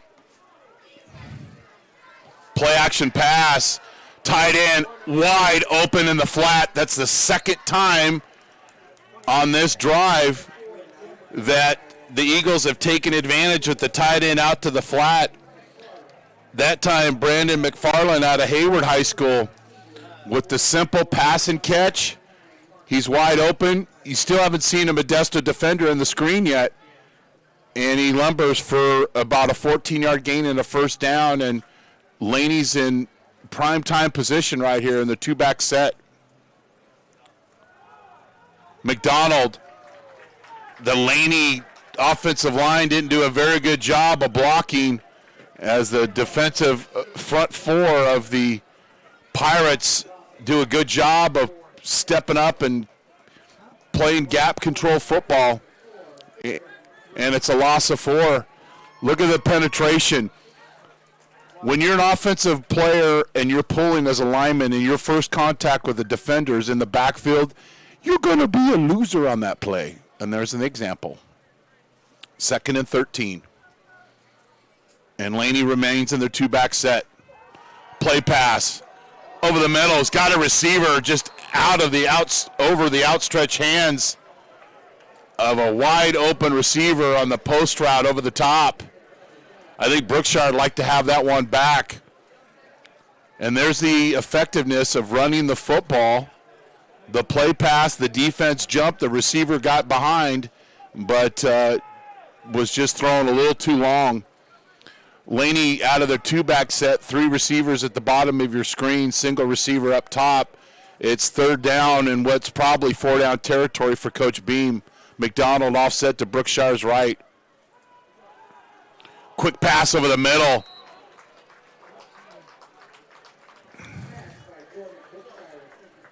Farron Mendelule with getting his hand in the passing lane at a Manteca High School.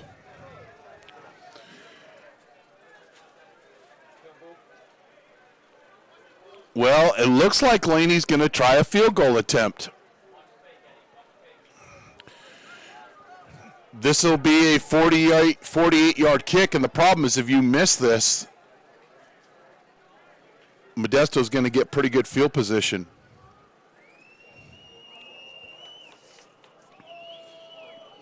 Wanawamika with the attempt, and it's blocked, and Modesto wants to return it.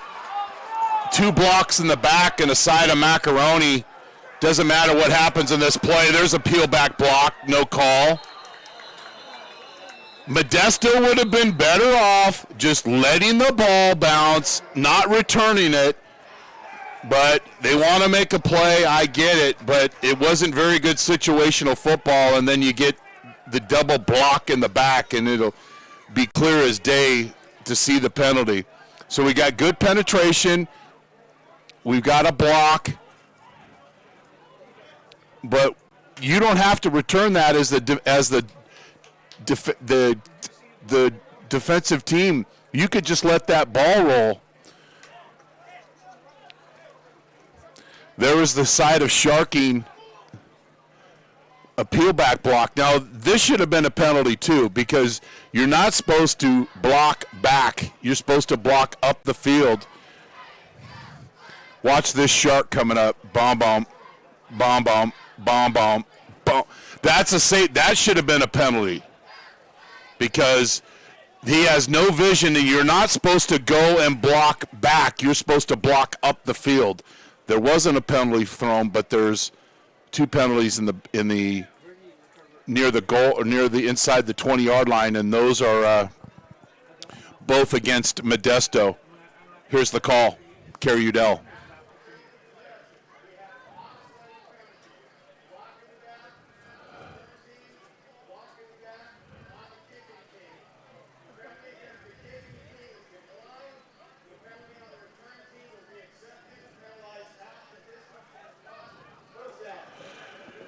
So we had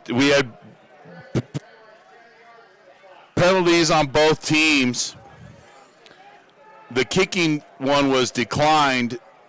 Laney will obviously take this penalty, and it'll be marched back either 10 yards or half the distance to the goal line, and the ball will be spotted at the Modesto 9-yard line if my eyesight is correct.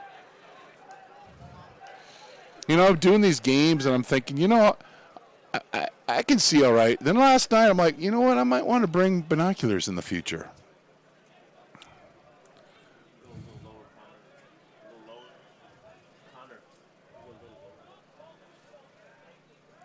Fake the bubble screen. Screen over on the left. High. Big chance right there. Modesto faked the bubble screen out to the left, and then they were going to throw the middle screen back to the right. But that ball was thrown high, and I believe Jordan Porter was shaken up out of Turlock High School. Laney's pressing at the line of scrimmage. Long snap count, and looks like Laney might have just given him a free 5 yards unless somebody moved up front. Had no penalties in the first quarter. Well, then that was the end of that, and I said something, and then we've had our share of penalties since.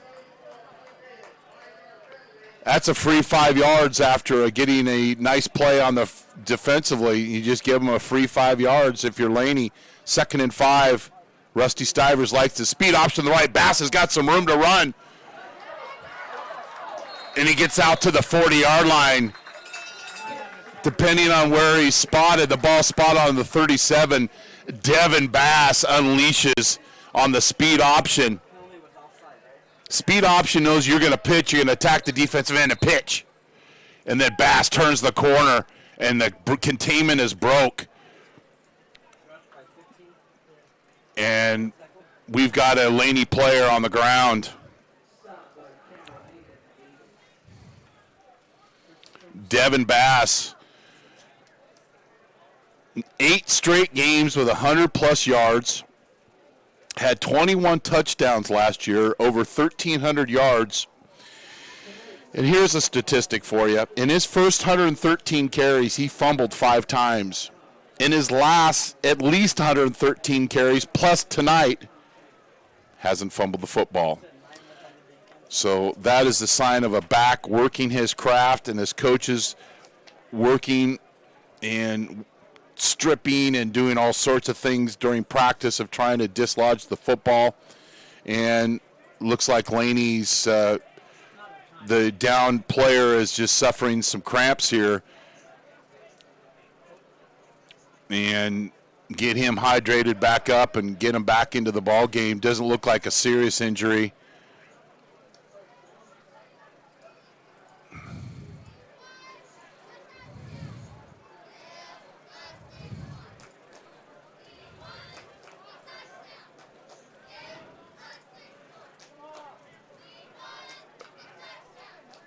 Not exactly in a hurry to get off the field. So the trainer's having him walk backwards. And I'm sure there's some medical study that proves that's the way to go. But the ball is spotted on the 37-yard line after the nice run for a first down for Devin Bass, one of the 3 returning starters on offense for Rusty Stivers. He's got Bass out of the backfield, but good coverage from Laney. Throw over the middle, in and out of the hands.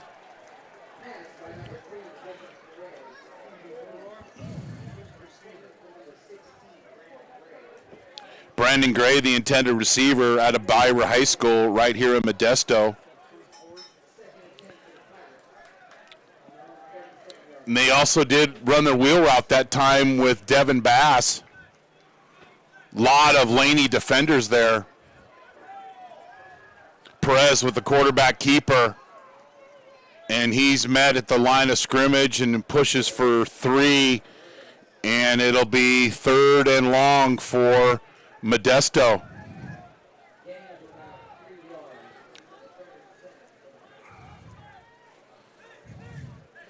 Just a reminder, next Friday we'll be in Rockland, 1 o'clock start for Modesto versus Sierra College. Sierra took one on the chin today, lost to City College of San Francisco. Bass in the swing route. He's got room to run if he could break a tackle. Nice open field tackle by number 21, Rajon Wright, once again out of James Logan High School. I mean, Bass, one of the best returning tailbacks in the state. Looked like he had big yardage in front of him, but Wright does a good job of taking him out from the shoelaces, but Bass gets the first down. 2 fakes in the backfield. Perez under duress does a little Brett Favre invitation, and that goes to Nelson. And then we've got a penalty flag, and I think we've got a block in the back or a holding on the Modesto wide receiver. Nelson showing some of that athletic, easy for me to say, showing some of that athletic ability that Coach Stivers talked about. Throws it to him out in the little, look out! But then we've got a receiver, that's a hold. Right in front of the official.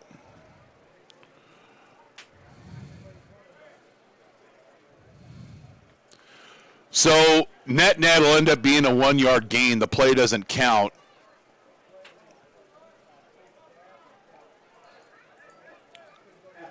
But it would have been a first down without the penalty, so it is a loser for Modesto JC.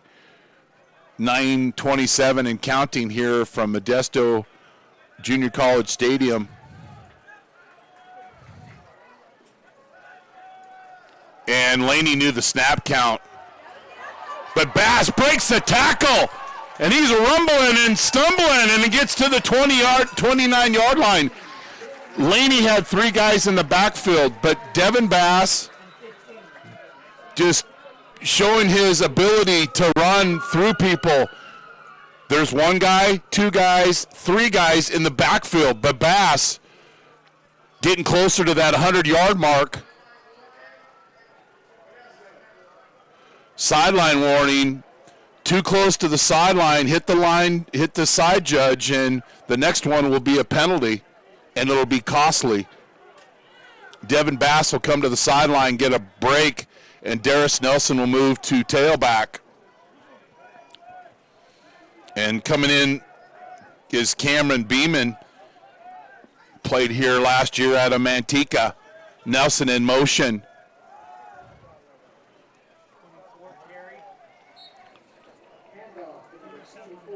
Beeman with a 4-yard gain, and this has been the best rushing series all night for the Pirates.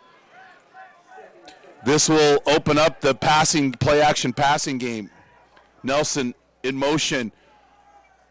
Perez with the keeper, and he only gains one, and it'll be 3rd and 6.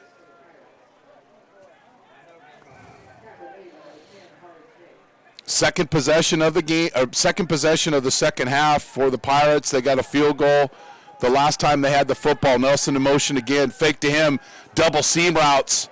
Perez can't get out of the way, get away from those two defensive linemen, and it is a sack and a loss on the play. The timing just wasn't there on that play. They faked the swing pass, sent two receivers up the seam, but just no one was open. Laney, been there, done that. 3-by-1 set, the ball at the 28-yard line, and just out of Diak's range. So the Pirates will go for it. Perez, wide open receiver for a first down and then some. Jarrell Harris-Red gets on the stat sheet once again, and he's a chain mover on that play, and it's a first down. Big conversion on 4th down.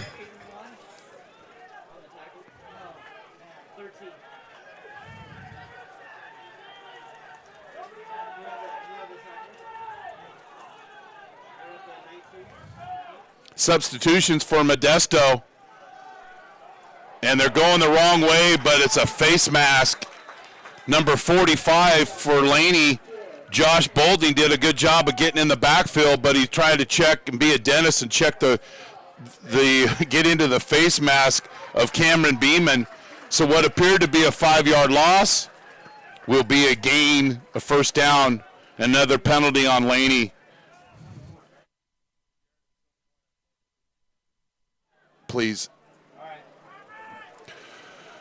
So that will put Modesto in the money zone and inside the 10.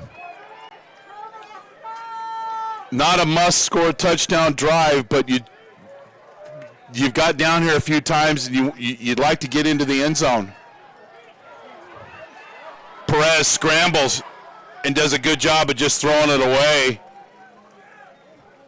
And Josh Bolding goes next play, but there's a flag on the field, and I don't know what the official is going to call. Is it illegal grounding? Yep.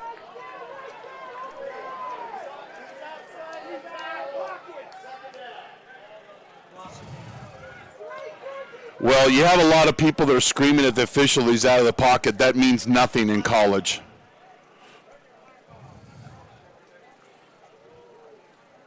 Perez would have been better throwing the ball through the end zone where he had receivers. There didn't have any receivers in his area, and the officials called the illegal grounding. So now instead of being on the 9-yard line, the ball's on the 20-yard line. 2nd and goal from the 20. Bass back into the ball game after getting a rest. And Laney's going to send their guys. They've got 5 guys lined up at the line of scrimmage, and they're going to come off the edge. Errant snap, and Perez throws it away. Little confusion on the snap and the play. Now it's 3rd and 20. Perez was surprised by the snap, and that's never a good thing in football. You don't want a surprise party as a quarterback. I mean, maybe for your birthday after the game would be fantastic. Penalties, Laney has 8 for 69 and MJC 5 for 50. And this is with no penalties in the first quarter.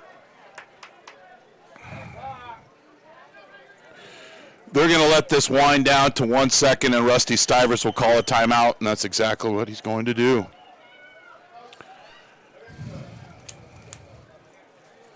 Big Island Movers is a fully licensed and insured full-service moving company in Modesto. For over 10 years, we have provided friendly, reliable moving services in Central California.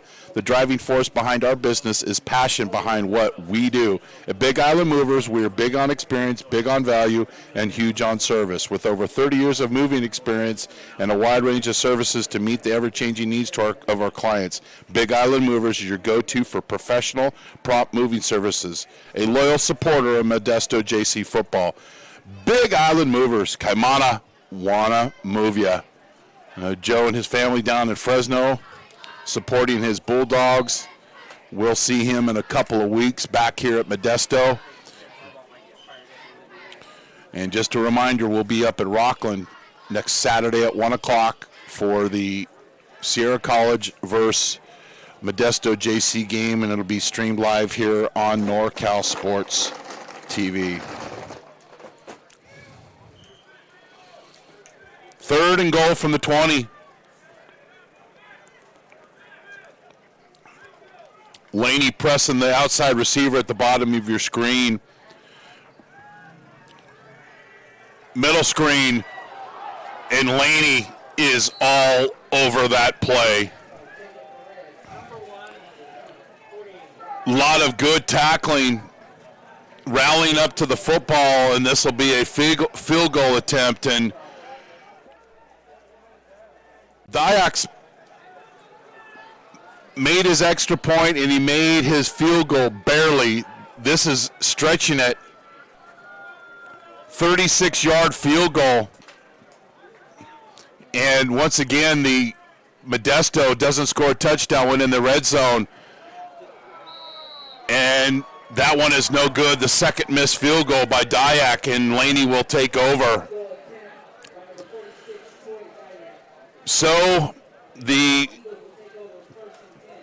Modesto, similar to what they had early in the season last year, getting inside the money zone, inside the 10, and not scoring a touchdown, and twice tonight not even getting a field goal. So the defense will try to get a stop, and Laney will take over on their own 20.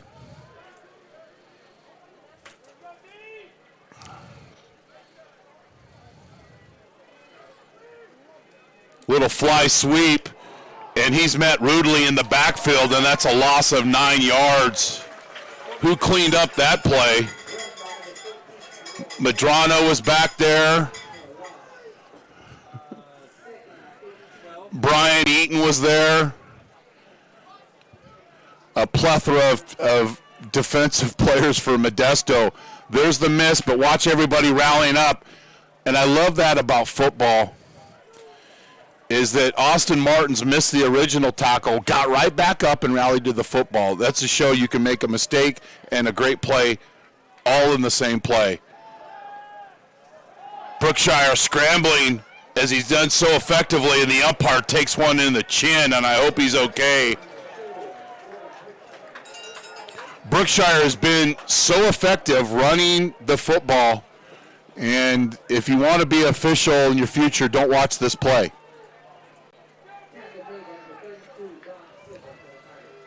Or just close your eyes right now. You say, oh, that wasn't big a hit. You knocked on the ground by a big football player going full speed. It's a big hit. 3rd and 10 for Laney. Deep route, just thrown over the outstretched hands of Robert Stern. And Modesto, Okay, offense, you didn't score. We're going to get a stop and get the ball back. Back to return is Kane Rogers, who had an adventurous return earlier in the game where he went, gosh, I can't even think of a famous hurler. Haven Moses, Google it. He leaped a defender and then he was met rudely after he landed. Modesto should get good field position. 10 guys at the line of scrimmage. Nice punt. Rogers catches it on the 49-yard line. It'll be Modesto football with 4 minutes and 44 seconds left in the third quarter. American Asphalt taking care of business over 35 years in the Bay Area. Supporter of high school and junior college athletics throughout the state. Meeting rooms on demand. Great rates and value. Meeting rooms on demand. And, of course, Big Island Movers. Perez wanted to throw that ball inside, didn't have an open receiver, and he didn't want to turn it over, so he sacked in a loss of 1 yard, and it'll be 2nd and 11. They've been Laney, Modesto has done a good job of running the football here in the second half.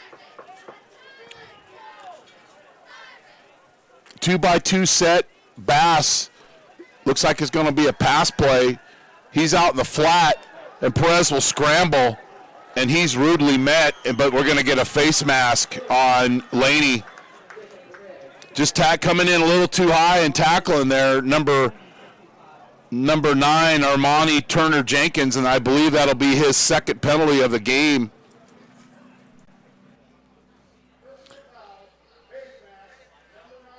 Watch the end of this play. See, you can't put your hand in the man's face mask like that, and that's a penalty for Laney, their 9th of the game, and they now have 80 yards in penalties.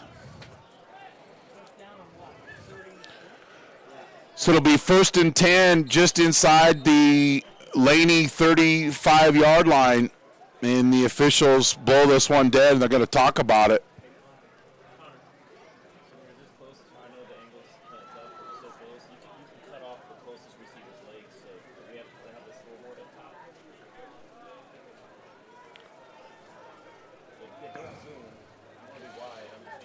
Oh, Modesto, without running a play, picks up a yard.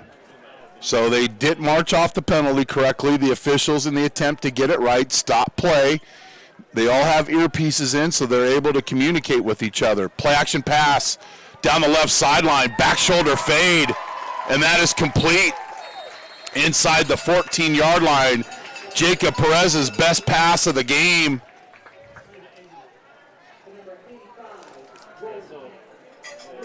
Rory Hansen out of Modesto Christian with the catch.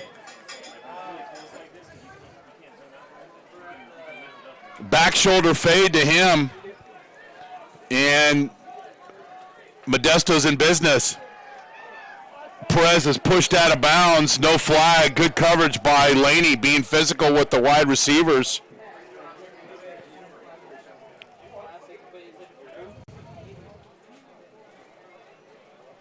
I believe that's Demick Brandon over on the other side playing tight defense. So it'll be 2nd and 10 for the Pirates at the Laney 15-yard line. 3.5 minutes plus left in the third quarter.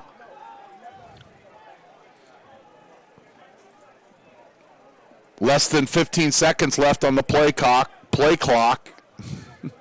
Modesto has plenty of time. Bass in motion. They faked the swing screen to him, and Laney wasn't fooled. And number 55, Ramon Sanders out of McClymonds with the sack. You think next week Modesto's going to work on the red zone offense? They get in the red zone, and the offense stutters. 3rd and 14. Fly sweep. Trickeration. Throw to the end zone. Weaver, the jack of all trades, took the handoff and had a receiver, but just threw it over his head. And Modesto's going to try another field goal. They've missed 2 so far. And this ball,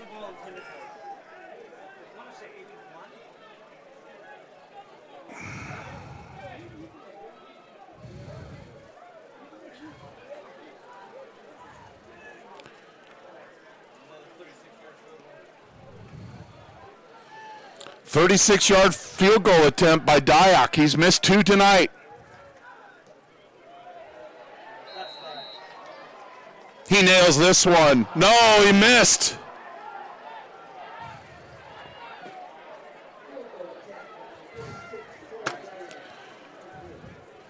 Three missed field goals. And Laney, like Groundhog's Day, will take over on the 20-yard line.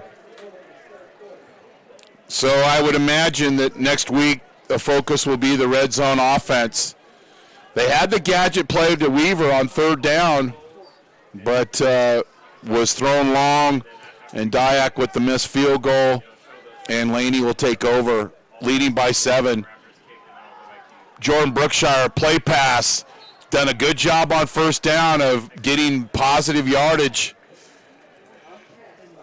Joshua Allen with the catch out in the flat. Tight end in the flat has been a good play call for Laney. 3 times they've got the tight end out in the flat and picked up 8+ yards. That opens up the middle of the defense. 2nd and short. Brookshire on the keeper. He gets the 1st down and then some. And he's tackled at the 40-yard line. Brookshire's done a good job of running the football. That is his 4th first down running. Tackle made by returning starter Trey Nichols.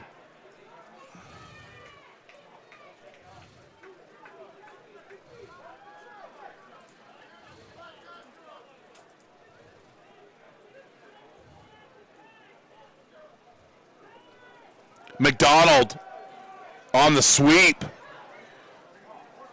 Picks up 5 yards and he's ragdoll out of bounds. Check that, he only gets 3 where he is spotted. Andre Sherman with another tackle. 2nd and 7 for Laney. You are watching Modesto Junior College Football on NorCal Sports TV. I'm Chris Babcock. Thanks for streaming in here on the season opener. 3 receiver set for Coach Beam.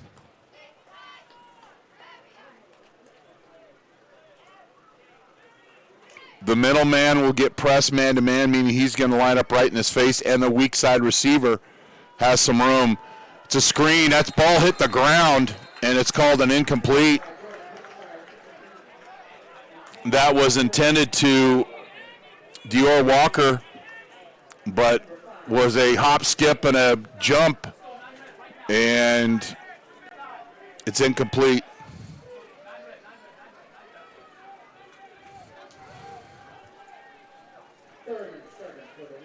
Third and 7. Modesto's done a good job on 3rd down, getting off the field tonight. Haven't given up the big play. They played pretty good defense. It's a quarterback draw. Nice move, but number 4, Farron Manoleli with the tackle. Manoleo. I apologize. Farron can play. And that's not an easy tackle of a good athlete in Jordan Brookshire, who's run 4 times for a first down tonight. But credit number 4 out of Manteca with the nice open field tackle. And it'll be 4th and short. Now watch the fake here. Anytime it's 4th and less than 5. Line drive kick. And It'll roll dead and spotted on the Modesto 14-yard line, where Modesto will take over with another stop on the defense.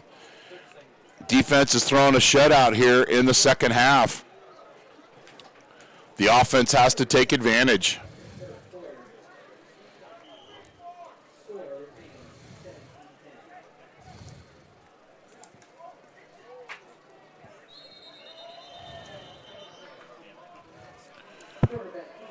Perez with the quarterback keeper. Gain of 2 yards. Now he'll have to come out for a play, and Jack Weaver will go in. What is benefit this is Weaver's played tonight is touched the football. He's not just going in cold, and this is his first snap of the game. And Coach Stivers has trust in him, so he could throw a pass. You just never know. It's not like just a backup quarterback who hasn't played tonight is in the game for his first snap. There's options there. Weaver will throw it. He scrambles. He's got some running room, and he'll pick up positive yardage. Pick up about 7. It'll be 3rd and short. Nice job by Weaver.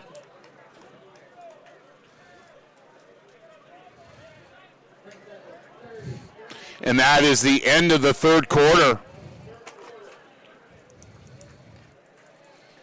Modesto gets 3 this quarter, Laney nothing, and it's at the end of 3, it's Laney 17, Modesto 10. You're watching Modesto Junior College Football on NorCal Sports TV.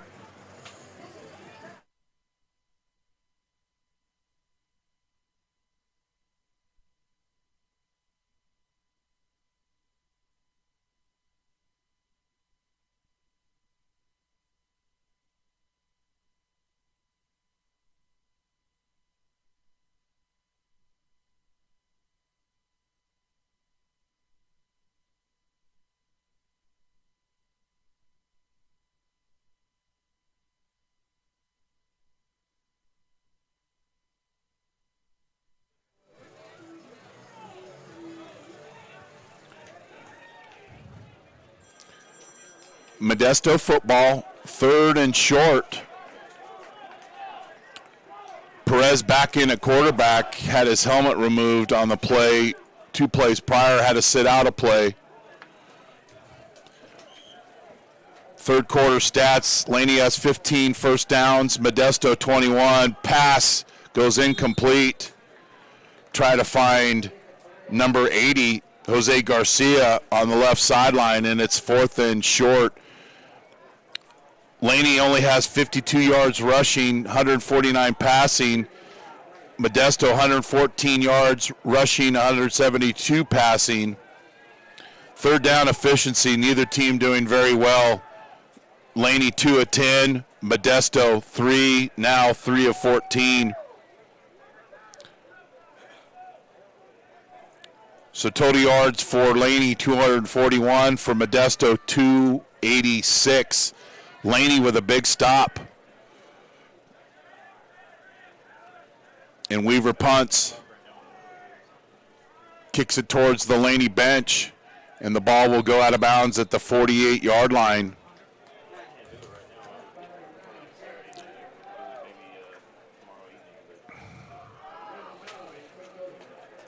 If you can hold Laney to a team that is known for running the football under 200 yards rushing, you're giving a chance for your team to win the game. The defense has done their job. Offensively, you know, you have a new quarterback, all new skill players, except for Bass. The timing and things, and that's going to get better. Brookshire sprints right. A nice completion. And that goes for a first down.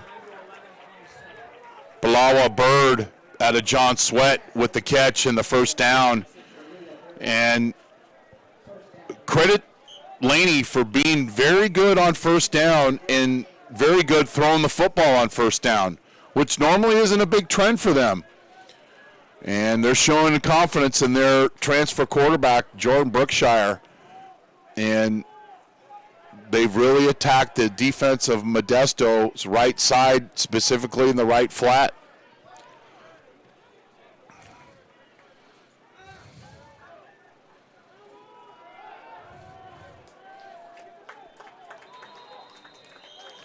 Nice defense by Modesto.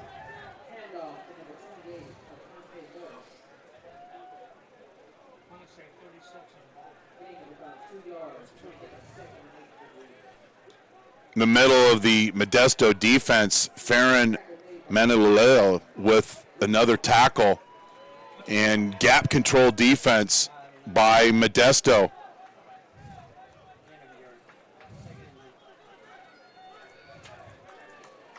Only 3 returning starters.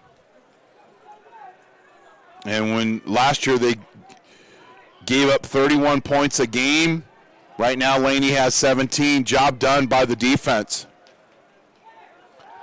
Play pass on 2nd and 9, thrown away.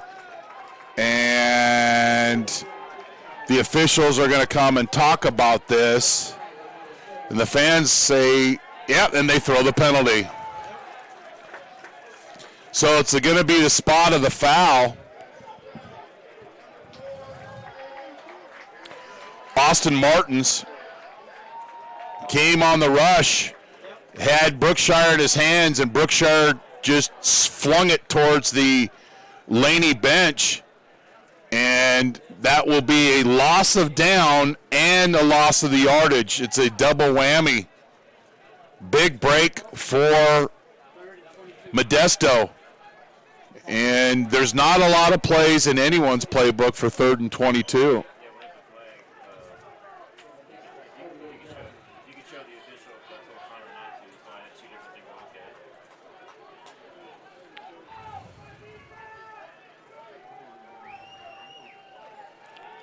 Brookshire back to pass. He's under duress, and he's tackled. And Austin Martins with another play out of Newman, California.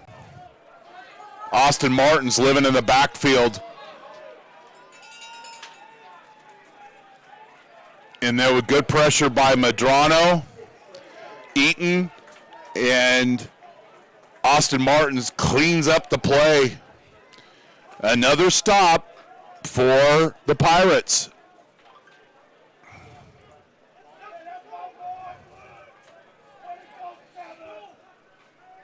Bad snap. And the kick goes out of bounds. And we'll see where the official end up spotting this. It'll be on the 25-yard line. Modesto will take over. The defense, they've been getting stops, and they're throwing a goose egg to Laney here in the second half. Modesto has 3 points, has missed 2 field goals, missed a field goal earlier in the game. Devin Bass picks up 11. I'm going to rely on the offensive coaches for Modesto to call the plays, but I'm going to feed the ball to Bass a few times on this drive, because he does his best running late in the game. And watch this hole open up, and just running through arm tackles. Bass swings out to his left. Perez scrambles, makes a nice move, and picks up 9 yards.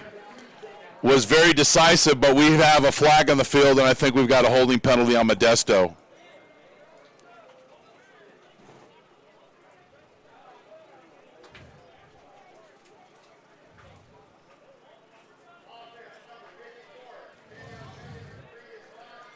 David Serrano called for the holding in the center at a Central Valley High School. Yeah, he's locked up in the jersey. Now, if Perez throws that ball on time, it's not a hold. But when you do the scramble and eggs, that's what happens. You get the hold. No, I'm thinking about breakfast tomorrow already. That's sad.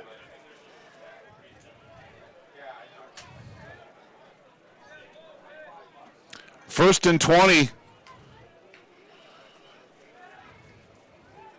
This nullifies the running game. First and 20.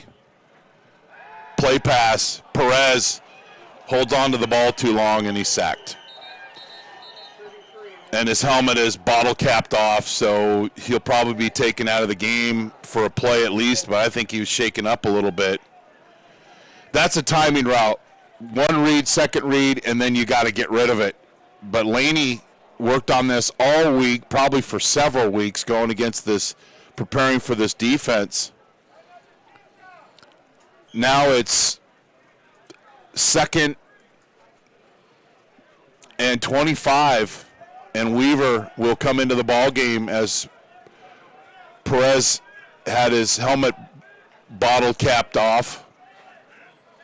I don't think they use a bottle opener. They just use that little leverage, little thing that certain NFL team in the East Bay used to be really proficient at.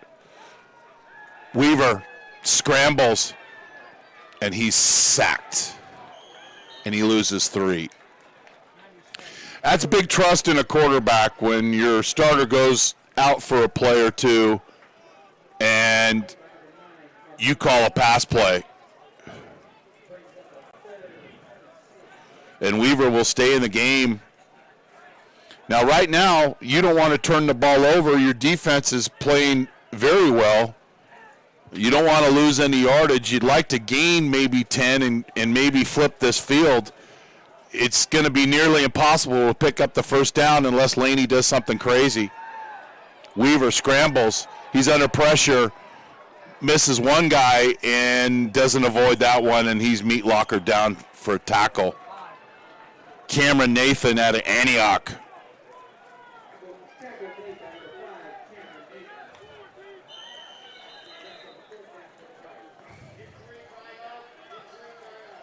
And another Laney player is down on the field. And why have we seen Modesto's quarterback scrambling so much? The defensive backfield of Laney is doing a good job.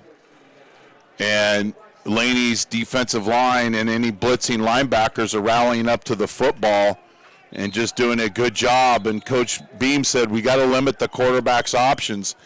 Well, they've done that tonight and stopped Devin Bass. Yes, they have. And when you have first and 20s and second 20s, that's stopping Devin Bass because you can't run the football and expect to get first downs. Weaver's going to have his heels at the goal line, and Laney's got 10 guys at the line of scrimmage. Short punt, and it's fair caught, and that should be a delay of the game. But it's not called. Fair catch on the 40-yard line, but the receiver, after he caught it, ran, and I've seen that called for a delay of game in the past. But Laney is in great field position, and I would imagine here on first down they're going to throw the football. They've got 2 tight ends, and they've been successful of getting the tight end out to the flat on first down tonight in the second half.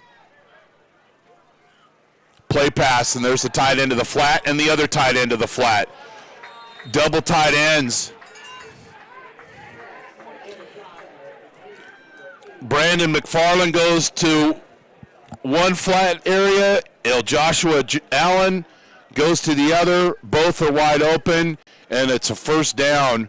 I don't have the statistics officially, but Laney has been money on first down of completing passes and just going against the tendency. They're normally a strong running team, but they've been great on first down and moving the football, specifically to the tight ends.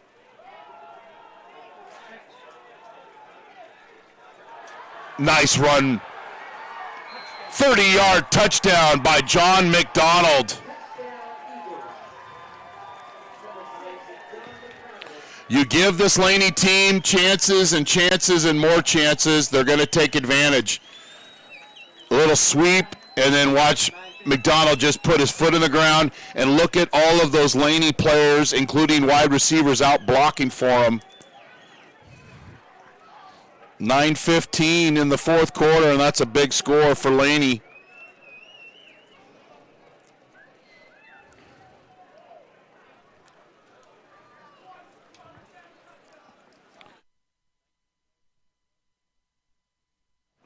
19-yard run, 29-yard run by McDonald for the touchdown, and the kick is good, and it's 24-10, and Laney goes up by 2 touchdowns. And the defense, frankly, has been held out to dry tonight because they have been on the field a lot, and Laney can move the football, and they've got a lot of stops.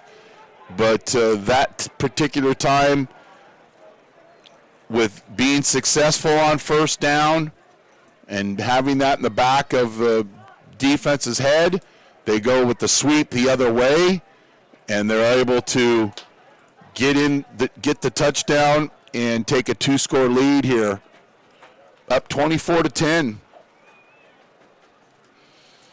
And how do you limit Devin Bass? You get a 2-score lead in the fourth quarter. Still plenty of time left. And I believe Modesto has 2 timeouts remaining.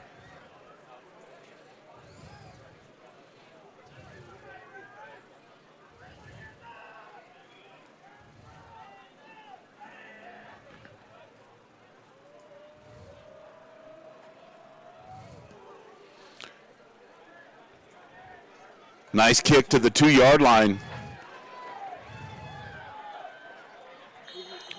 Laney solid on special teams.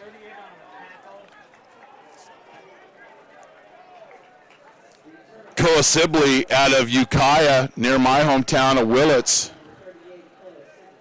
with a nice open field tackle on the return. And Modesto will take over on the 24-yard line.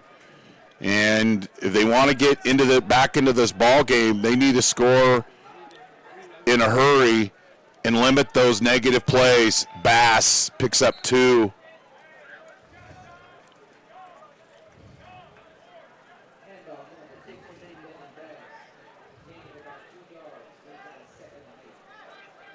Second and 8. And the key to this offense from Modesto is being successful on first down. It gives you so many options, but Laney has played good defense tonight. They have limited the big plays and have held their red zone defense has been fantastic. That one's incomplete.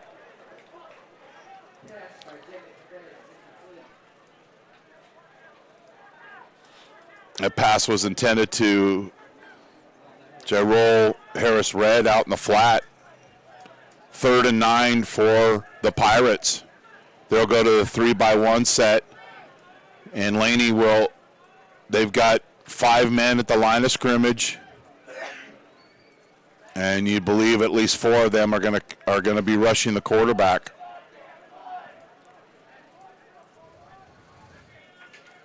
Perez. That's a hold, but no call. Unless a flag, yep, there's a flag on the field. Jonah Lewis, a returner for last season at a Ripon Christian. Or Ripon, I'm sorry. That's a kid from the Bay Area, sorry. Meaning me. Big holding the pass interference will give Laney, will give Modesto a first down and extend this drive.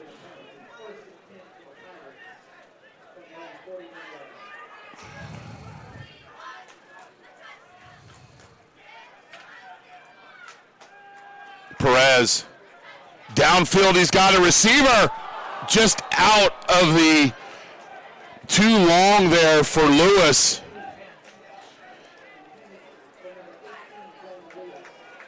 Had Lewis open on the post route. Just needed to put a little bit more air underneath this.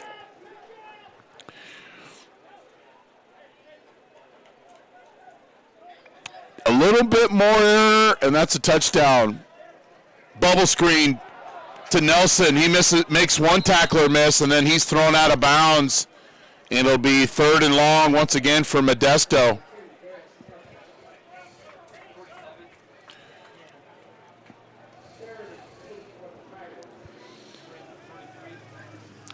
3rd and 8. And Modesto going into the fourth quarter was only 3 of 13 on 3rd down. And with the exception of the penalty where they had the pass interference, they just have not been good on 3rd down. Perez got time. He scrambles, looking for a wide receiver. And that pass is completed. Amani Kareem with the catch out of Modesto Christian. And we have another Laney defender on the ground cramping up.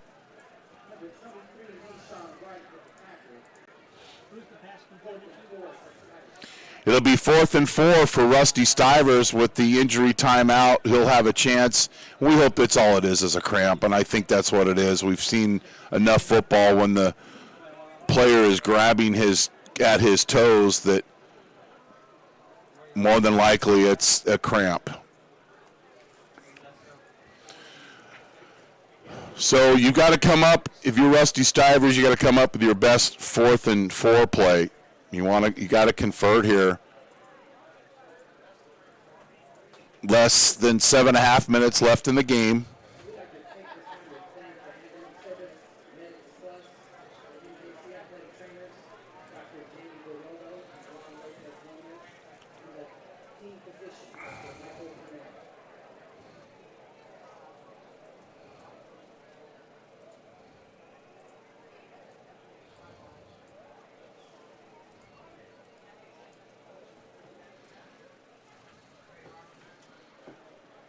Fourth and 4, down 2 scores. Still plenty of time left if you can convert this 4th down play. And the ball will be placed at the right hash. And trying to find a 3rd down, 4th down receiver that can convert, you can rely on. They had Michael Thompson was that kind of receiver last year.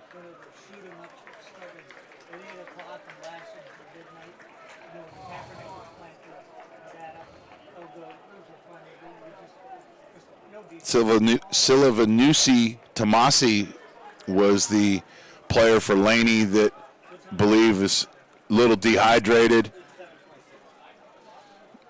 It's been in the low 60s for the last couple of weeks, maybe low 70s in Laney. But a little warm over here in Modesto. That throw goes to Kenny Rogers. He's at the 10. Touchdown, Modesto. 54 yards on 4th and 4. No flags on the field. That ball was thrown short. It was good coverage, but Kane Rogers came back for the football and goes to pay dirt for the touchdown. 54 yards, and just like that, Modesto answers. But these extra points aren't a gimme.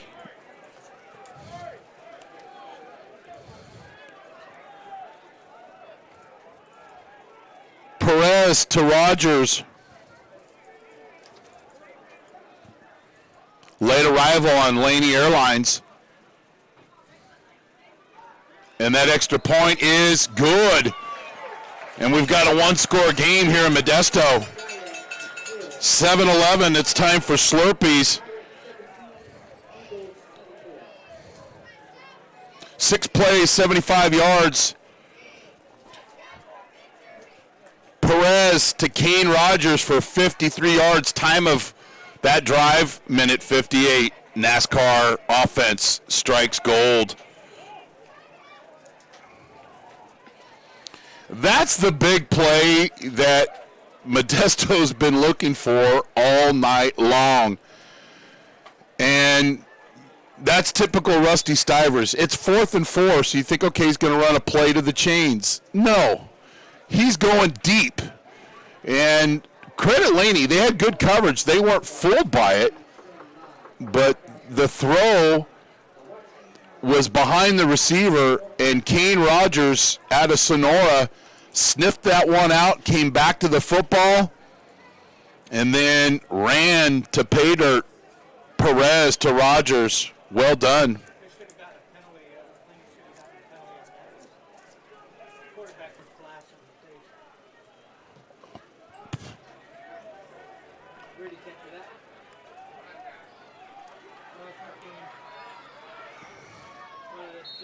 Robert Stern with the return, and that ball spotted at the 30-yard line, and that'll give a little juice to the defense. That'll give a little juice to the defense as the offense has struggled tonight, but that 54-yard touchdown pass from Perez to Rogers will tell the D, get a stop, get the ball back, and give Modesto a chance to tie this ball game. Again, we've mentioned before, Laney's been throwing the ball consistently on first down, and they've done it very successfully. They tried to this time. He's got a receiver, but and we've got, is this a late hit in the backfield? Because I turn to watch the ball downfield, I see a quarterback on the ground, and I'm assuming late hit.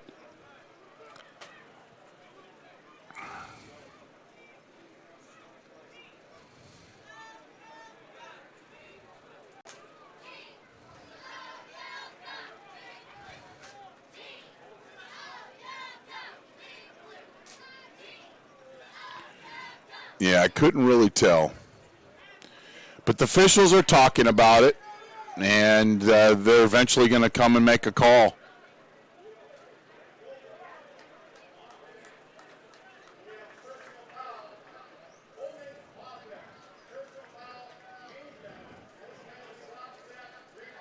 It's kickball, do-over. Penalty on the offense, penalty on the defense. Was that fair or foul? I don't know, just do it over. That's what's happening here. 1st and 10. Laney, 80% of the time, throws on first down tonight. Not this play. McDonald with the run. He's stretched out, reverses field, and he's got some room to run. McDonald was stopped for a loss, but the backside pursuit was, they weren't there, and McDonald eventually turned up the field and got a first down. Medrano just got caught a little bit too far in the backfield, and McDonald with the speed gets a big first down for the Eagles. You're the backside pursuit. You want to play soft along the line of scrimmage. You get too far up the field, that's the result. Nice run by McDonald.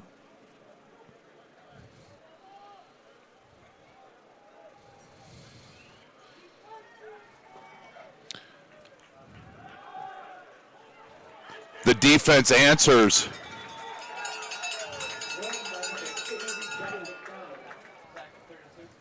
Dom Silva with the tackle. No gain for Laney, and it'll be 2nd and 10, and we're under 6 minutes left in regulation.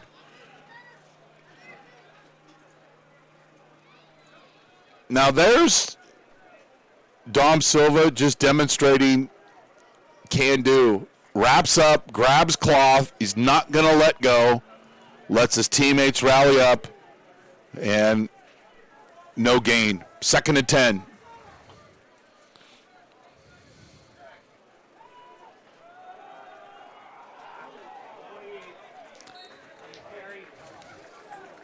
Good run. Aquante Morris picks up a decent gain, and it's 3rd and 4. McDonald back in the game.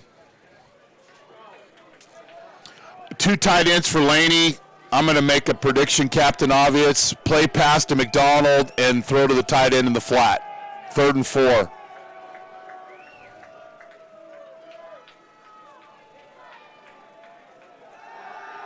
Or tight end up the middle. Well, I had the tight end right. I just threw it right in the middle. 2 guys are wide open. Modesto, with their eyes in the backfield, bid on the play pass. And Joshua Allen with another catch for a first down. Tight ends been chain movers for the Eagles, and that's a big conversion on third down. And Laney has struggled on third down, but we're counted on this drive. They answered.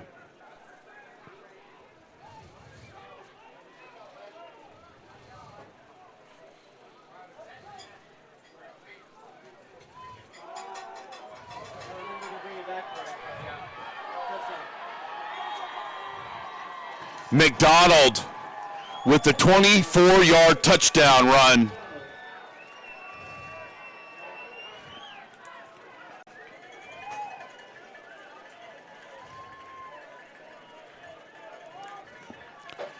And a nice drive by Laney as they answer. McDonald with the run. Two big plays by McDonald on this drive, and he gets pay dirt. And Laney answers the score, and it's 30-17 with 4:02 left. Make it 31-17.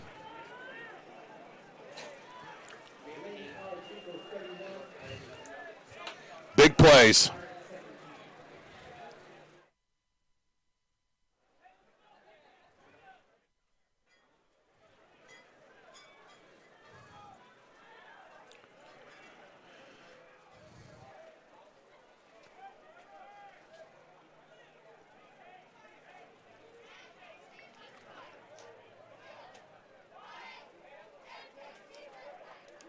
Well, Laney did a good job of answering the Modesto score with a nice drive.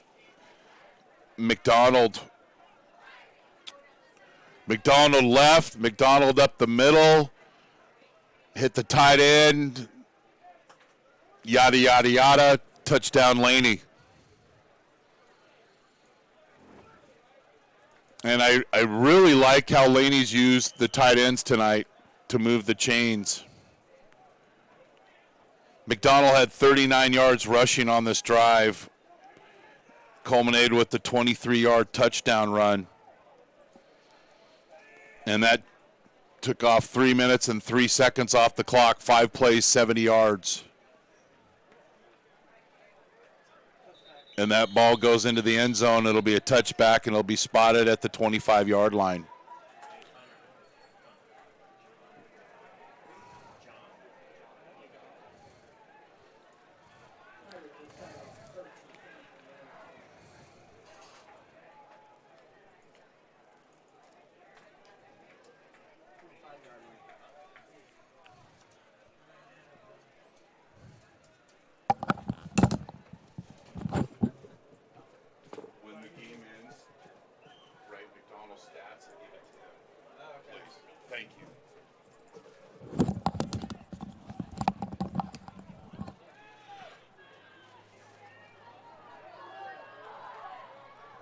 Weaver.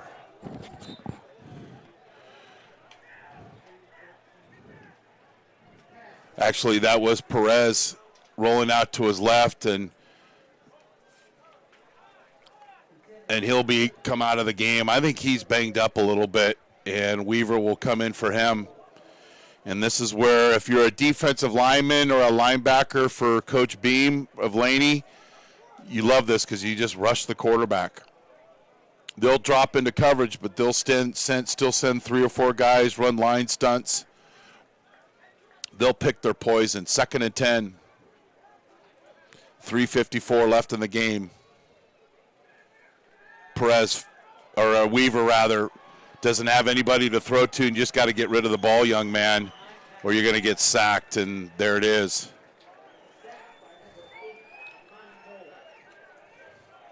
Number 9, Armani Turner Jenkins out of Berkeley High School with the sack. Now it's 3rd and 16.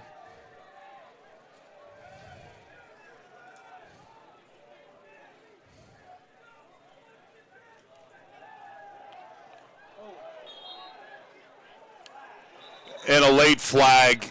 I mean, that was an unintentional hit, but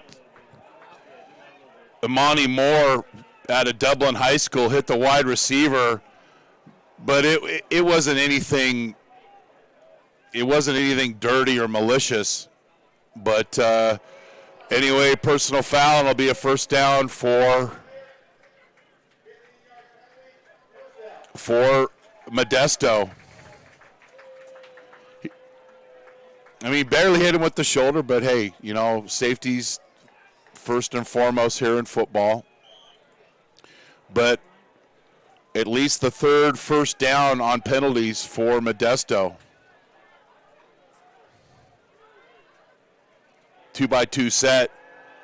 Weaver slings it up to number 6, Amani Kareem, transfer out of San Jose State, and he isn't able to come up with it. It'll be 2nd and 10.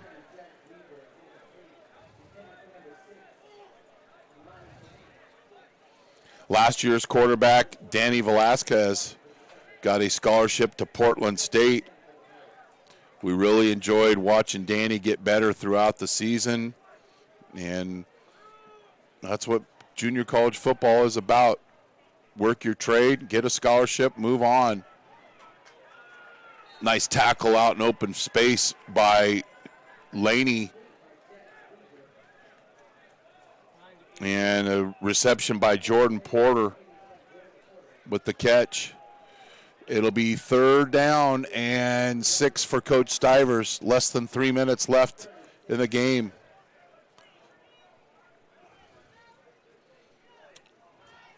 Captain Obvious says it's 4-down territory.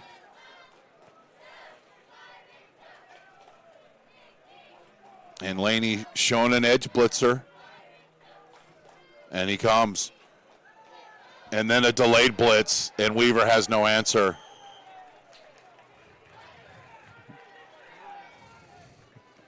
Number 9, Armani Turner-Jenkins with a well-timed delayed blitz.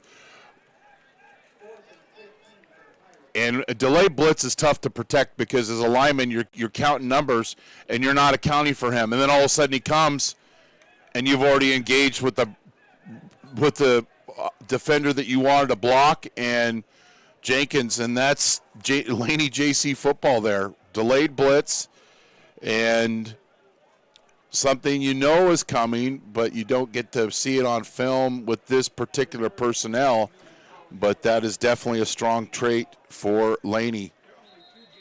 And then we've got a delay of the game, and that'll be march back 5 yards, and it'll be 4th and 20. Our Connor McGill will have our player of the game. And I would say a strong candidate for the player of the game would be John McDonald out of Lincoln High School of Stockton, another school we're very familiar with. Weaver back to pass. He's got a wide open Amani Kareem, but he fumbles the football. And it's Laney takes over. Chicken strip after the catch, and Amani Moore with the fumble recovery.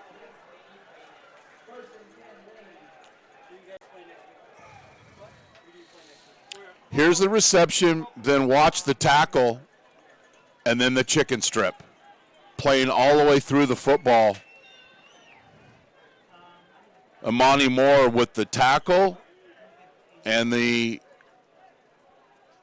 robbery of the football.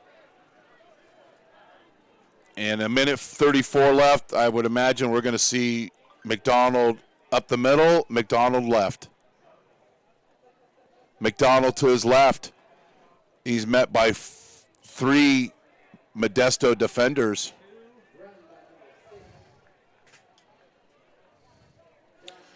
So after the game, we'll give a wrap-up of the score, give a time for our sideline reporter, Connor McGill, to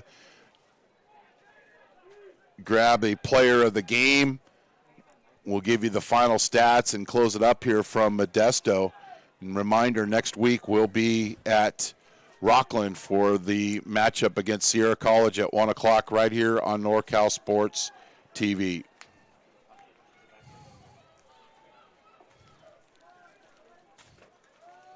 McDonald picks up a tough 5 yards.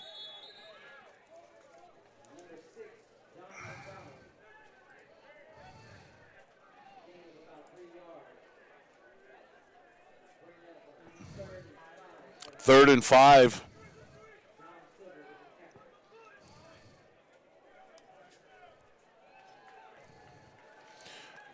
I would say, probably the most frustrating thing for Coach Stivers tonight was their inability to convert in the red zone.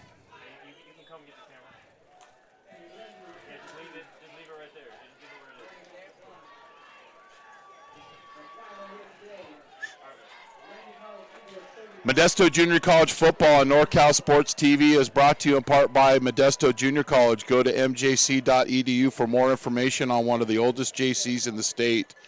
Big Island Movers, your go-to for prompt and professional moving services in Modesto and beyond. Meeting rooms on demand, great value and rates in the Bay Area, Fresno, and Las Vegas. And American Asphalt, taking care of business in Northern California for 35 years.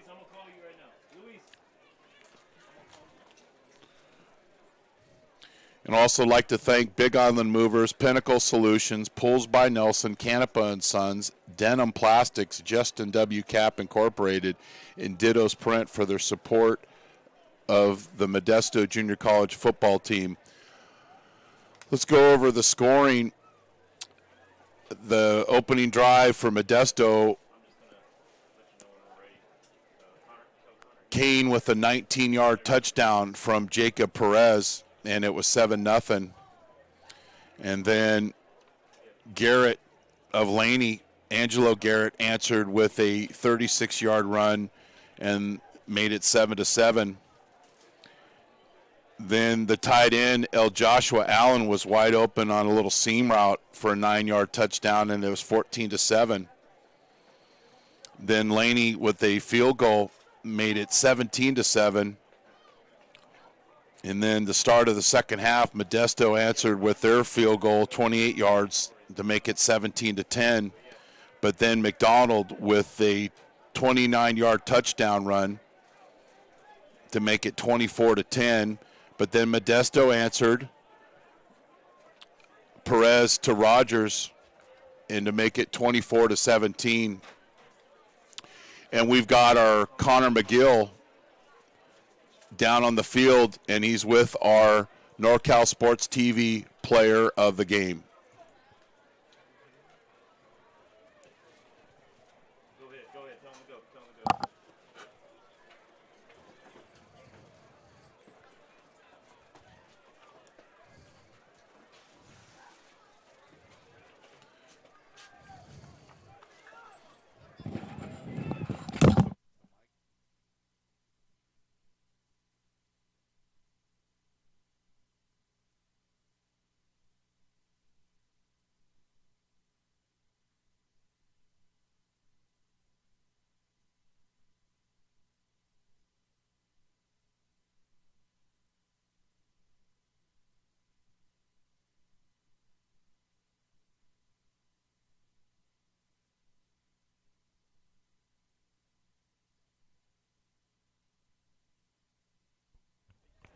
Well, that is the player of the game, John McDonald, out of Lincoln of Stockton High School for Laney. Had a couple of touchdown runs, and he had 16 carries for 121 yards. Jordan Brookshire was 16-21 for 201 yards. Leading receiver was Joshua Allen, was 4-53, had then he had a touchdown as well. For Modesto, Devin Bass, his streak of 100-yard games is broken. He ran for 73 yards. Modesto only ran for 102 yards. Last year, they averaged 278. So you're replacing 3 offensive linemen and going against a strong Laney team. And Laney gave up 298 yards rushing to Modesto last year, so they answered. The leading receiver was Kane Rogers. He had 4 receptions for 87 yards and 2 touchdowns. Modesto with 348 yards of offense. Laney with 369 yards of offense.